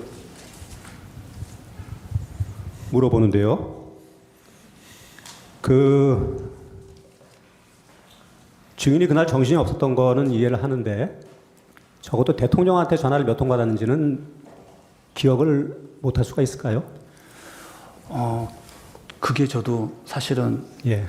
저희 부관을 통해서 몇 번이라는 얘기를 부관을 통해서 알았습니다. 부관이 몇 번이라 그랬습니까? 부관이 3번이라고 이해한 것 같습니다. 근데 증인은 전혀 그걸 갖다 예, 느끼지 이 연결된 못했고. 건지 끊어서 예. 들어온 건지 모를 정도였습니다. 그 대통령이 끌어서라도 끄집어내라 국회의원을. 그건 말씀 제가 답변 드리고 싶지 않습니다. 아니 근데 만약에 네. 그런 대통령이 만약에 지시를 했다는다면은 그건 굉장히 충격적인 지시이기 때문에 네. 기억이 안 날 수는 없겠죠. 그렇기 때문에 일부 예. 기억나는 게 있고, 예. 근데 그건 여기서 말씀드리진 않겠습니다.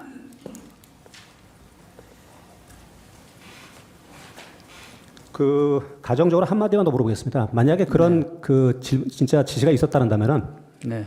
증인이 그 상황에서 예 시키는 대로 하겠습니다. 계엄 중이니까 그렇게 답을 했을 것 같습니까? 아니면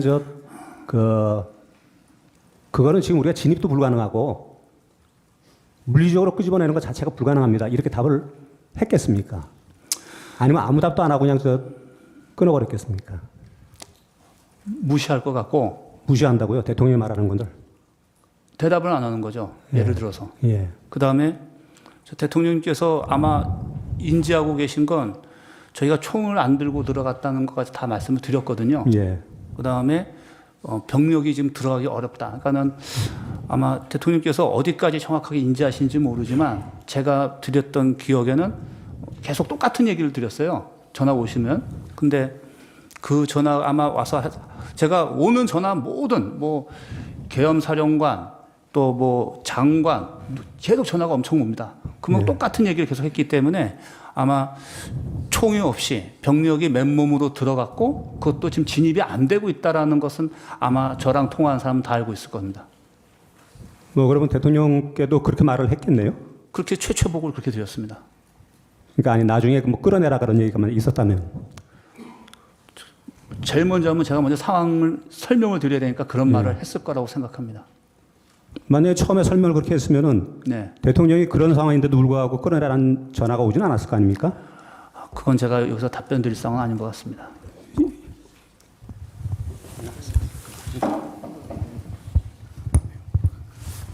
이상 마치겠습니다. 네. 정영식 재판관님이 질문하시겠습니다. 예.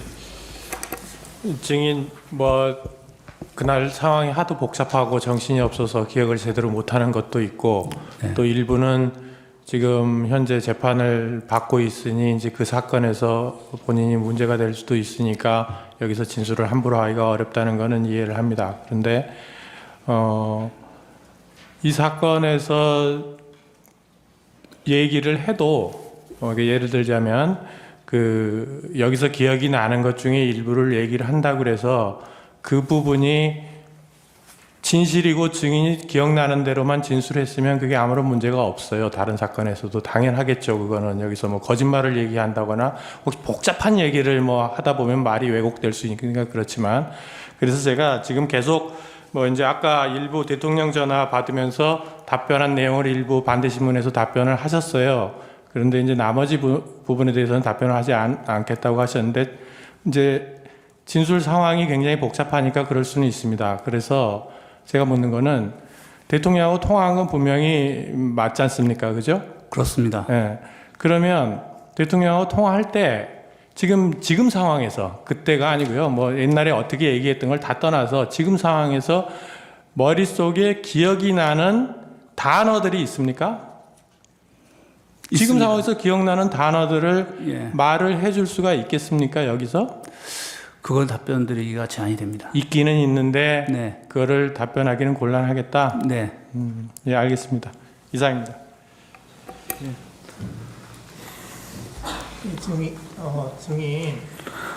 증인은 지금 저기 삼성 장군이잖아요. 그렇죠? 네. 근데 이제 국방부 장관인 김용현 장관한테서 지시를 받았잖아요. 네. 안 따르면 항명이 되는 거죠. 따르지 않으면 항명이 되는 거잖아요. 따르지 않으면 항명이라고 일단은 장관님이 그때 처음에 말씀하신 기억이 있습니다. 예.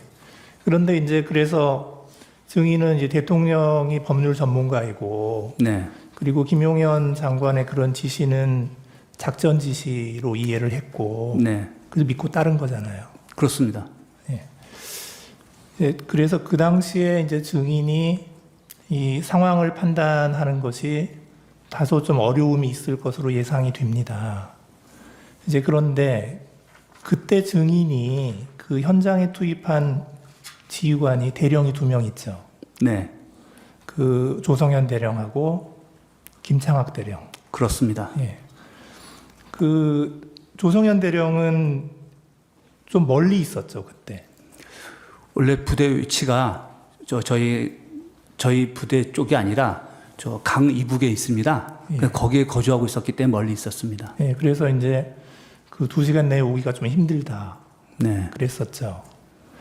이제 근데 그때 이제 굳이 그 조성현 대령한테 지시를 한 게 이제 증인이 이제 또 김용현 장관한테서 지시를 받아서 조성현 대령한테 지시를 했잖아요. 네네. 굳이 지시를 한 이유가 그 조성현 대령이 그 무슨 진압하는 파트 쪽에 있었습니까? 그렇지 않고 서울 지역 내에서 어디든지 즉시 투입할 수 있는 그런 개념과 훈련을 시켜온 유일한 지휘관입니다. 그 다음에 제가 이제 수도방위 사령관이지만 제가 유사시에 쓸 수 있는 부대가 몇 없습니다. 그 부대의 지휘관이기 때문에 그렇습니다. 그래서 그 용산 대통령실 부근 경비나 뭐 이런 그것도 그 부대가 담당을 했던 거고요. 그렇습니다. 예. 그 인질 협상을 하게 되면 김창학 대령이 지휘를 했다고 하는데 그건 왜 그렇습니까? 그거는 우리가 군사 경찰과 또 민간 경찰의 그 전문가들이 사실 거기서 양성이 됩니다. 그러다 보니까 또 자격증 같은 게 있는데 그게 이제 군사 경찰 쪽에 있습니다. 근데 그때 상황은 저 인질 이런 것 때문에 한 건 아니었습니다. 예. 그러면 김창학 대령은 조성현 대령보다는 빨리 왔겠네요. 다시 말씀해 주시죠. 빨리 도착했겠네요. 그건 모르겠는데 누가 먼저 도착했는지는 제가 기억이 없습니다. 예. 근데 이제 그 입장을 바꿔놓고 생각을 하면 이 조성현 이제 직책은 단장이잖아요. 조성현 네. 단장, 김창학 단장. 네. 이제 이분들의 입장을 생각을 해보면 이분들은 또 증인에게서 지시를 받았잖아요. 그렇습니다. 그러니까 이제 그 지시받은 상황에 대해서 하나하나 이제 이행을 해서 네.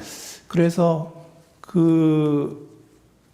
이제 김용현 장관이 얘기한 지시를 주로 이제 그 조성현 단장에게 전달을 하신 거잖아요, 증인이. 그대로 전달한 것보다는 제가 해석을 합니다. 왜냐면은 제가 지휘관인데 그냥 전달하면 그 지휘관입니까? 제가 해석해서 거기에 맞는 추정 또 필요한 과업들을 줄 수 있어야 되는 것이고 그렇게 훈련되어서 제가 왔습니다. 지금까지. 그러니까 이제 그렇게 지시를 하신 거죠. 그렇습니다. 이제 그래서 지금 이제 약간 혼란이 생기는 건 뭐냐면 이 조성현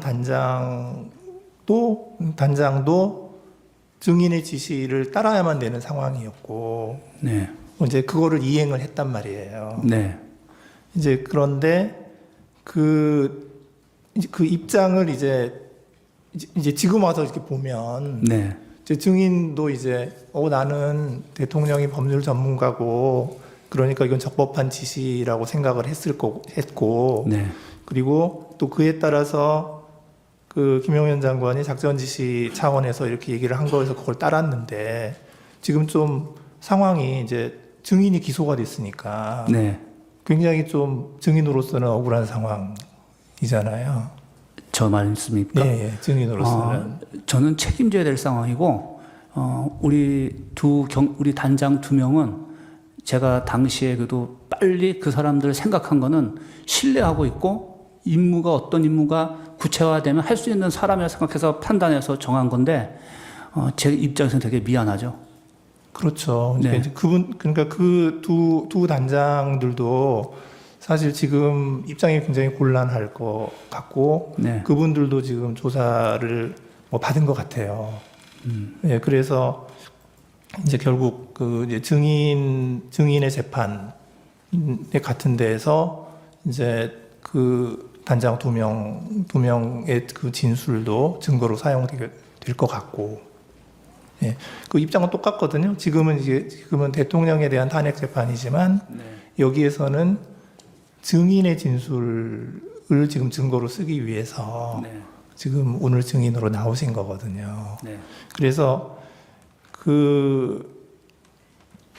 그러니까 이런 이제 군인으로서 이런 상황에서 이제 그 증인이 이제 이거를 많이 잘못했다. 지금 이거를 따지는 것이 아니고, 지금 여기는 지금 탄핵 재판이니까.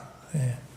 그래서 저는 이제 일단 대통령, 그 다음에 국방부 장관 김용현, 그 다음에 이제 수방사령관인 증인, 그리고 증인의 지휘를 받는 그 단장 2사람, 이런 것들이 쭉 이렇게 내려오면서 서로 좀 곤란한 입장이 지금 된 것 같거든요. 그래서 지금 이 자리에서 증인이 좀 증언하기 어렵다고 하는 거를 굳이 이야기를 하라고 말씀은 드리기가 어려울 것 같고, 이제 다만 증인의 그 지시를 받은 그런 단장들도 똑같은 상황이 되어서 좀 그 입장도 좀 생각을 하셔야 될 것 같거든요. 네, 그거만 좀 말씀을 드립니다. 알겠습니다. 네, 이상입니다. 다른 분이 있나요? 예. 그러면 제가 한 가지만 물어보겠습니다. 네. 정인이 저 수사기관에서 조사를 받았잖아요. 네. 그때 변호인을 선임하셨나요? 변호인을 선임하고 나서 조사받기 시작했습니다. 변호사님 성함이 어떻게 되나요? 우리 김인원 변호사님을 포함해서 여러분이 있습니다. 그러면 이렇게 물어볼게요. 오늘 저 나오신 변호사님도 포함되나요? 그렇습니다. 대표십니다. 예. 오늘 나오신 분 성함이 무엇이든가요?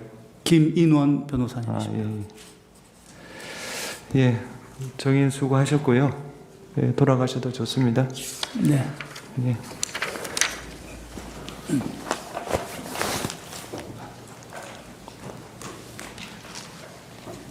예. 수고하셨습니다. 정인 신문 절차 종료에 관해서 의견 진술 기회를 드리기로 했으니까 그 청구인 측 소추위원 진술할 기회를 드리겠습니다. 네, 뭐 특별히 없습니다만 증인이 그동안 군 검찰 검찰에서 조사를 받으면서 그때도 초반에는 기억이 안 난다는 취지로 진술을 하다가 지금 이름 나온 그 군인들이나 부관 진술, 부관이 또 그런 진술을 하게 된 경위 이런 것들을 검사나 군검사가 설명을 하니까 본인이 그때 기억이 되살아나는 부분도 있고 그 사람들이 거짓말할 이유가 없다라는 거 본인도 누구보다 잘 알고 있는 사람이기 때문에 그래서 다 인정을 했던 그런 경위가 있습니다. 그런 부분 참조해 주시고. 예, 아니 소추위원께 기회를 드리는 겁니다. 피청구인 본인께 기회를 드리기 위해서 따로 하실 말씀 없으시죠? 예, 피청구인 본인께 진술 기회를 드리겠습니다. 예, 정의신문과 관련해서요. 그래서 저는 뭐 일반적으로 좀 한번 말씀을 드리고 싶습니다. 우리가 이제 어떤 탄핵 사건이 이런 다른 뭐 범죄 형사 사건하고는 조금 다릅니다만은 뭐 실제 어떤 일어난 일, 예를 들면 정치인들을 뭐 체포했다든지 또 누구를 끌어냈다든지 뭐 어떤 그런 비위 내지는 이런 어떤 일들이 실제 발생을 했고 또는 현실적으로 발생할 그 일을 할 만한 가능성이 굉장히 높을 때 이것이 어떤 경위로 이렇게 된 건지 누가 지시를 했고 뭐 이렇게 보통 수사나 재판에서 얘기가 되는데 이번 그 사건을 보면은 실제 아무런 일도 일어나지 않았는데 뭐 지시를 했니, 지시를 받았니, 뭐 이런 얘기들이 마치 그 어떤 호수 위에 떠 있는 달 그림자 같은 거를 쫓아가는 그런 느낌을 좀 많이 받았고요. 저도 국군 통수권자로서 우리 훌륭한 그 장군들의 그 진술에 대해서 뭐 이러니 저러니 제가 말을 섞고 이러고 싶지는 않습니다만은 아까도 전반적으로 나온 그런 얘기의 취지는 그 군이 수방사가 거의 그 몇 사람 뭐 한 열 몇 명 정도가 북해에 겨우 진입을 했고 또 7번 무슨 그 입구 부근에 이렇게 총기도 휴대하지 않고 이렇게 있었는데 또 그런 상황을 제게 뭐 다 알려줬다고 하는데 제가 그 4인 뭐 1조로 해서 뭐 안에 그 사실 한 수천 명의 그 민간인들이 경내에 있었던 것으로 보여지고 또 의사당 그 본관에도 그게 7층짜리 건물인데 그 안에도 수백 명이 있었을 것이고 또 그 본관에 위치해서 질서 유지하라는 그 특전사 요원들도 이제 불 꺼진 쪽에 유리창을 깨고 들어갔다가 그 소화기 공격을 받고 또 다 나옵니다.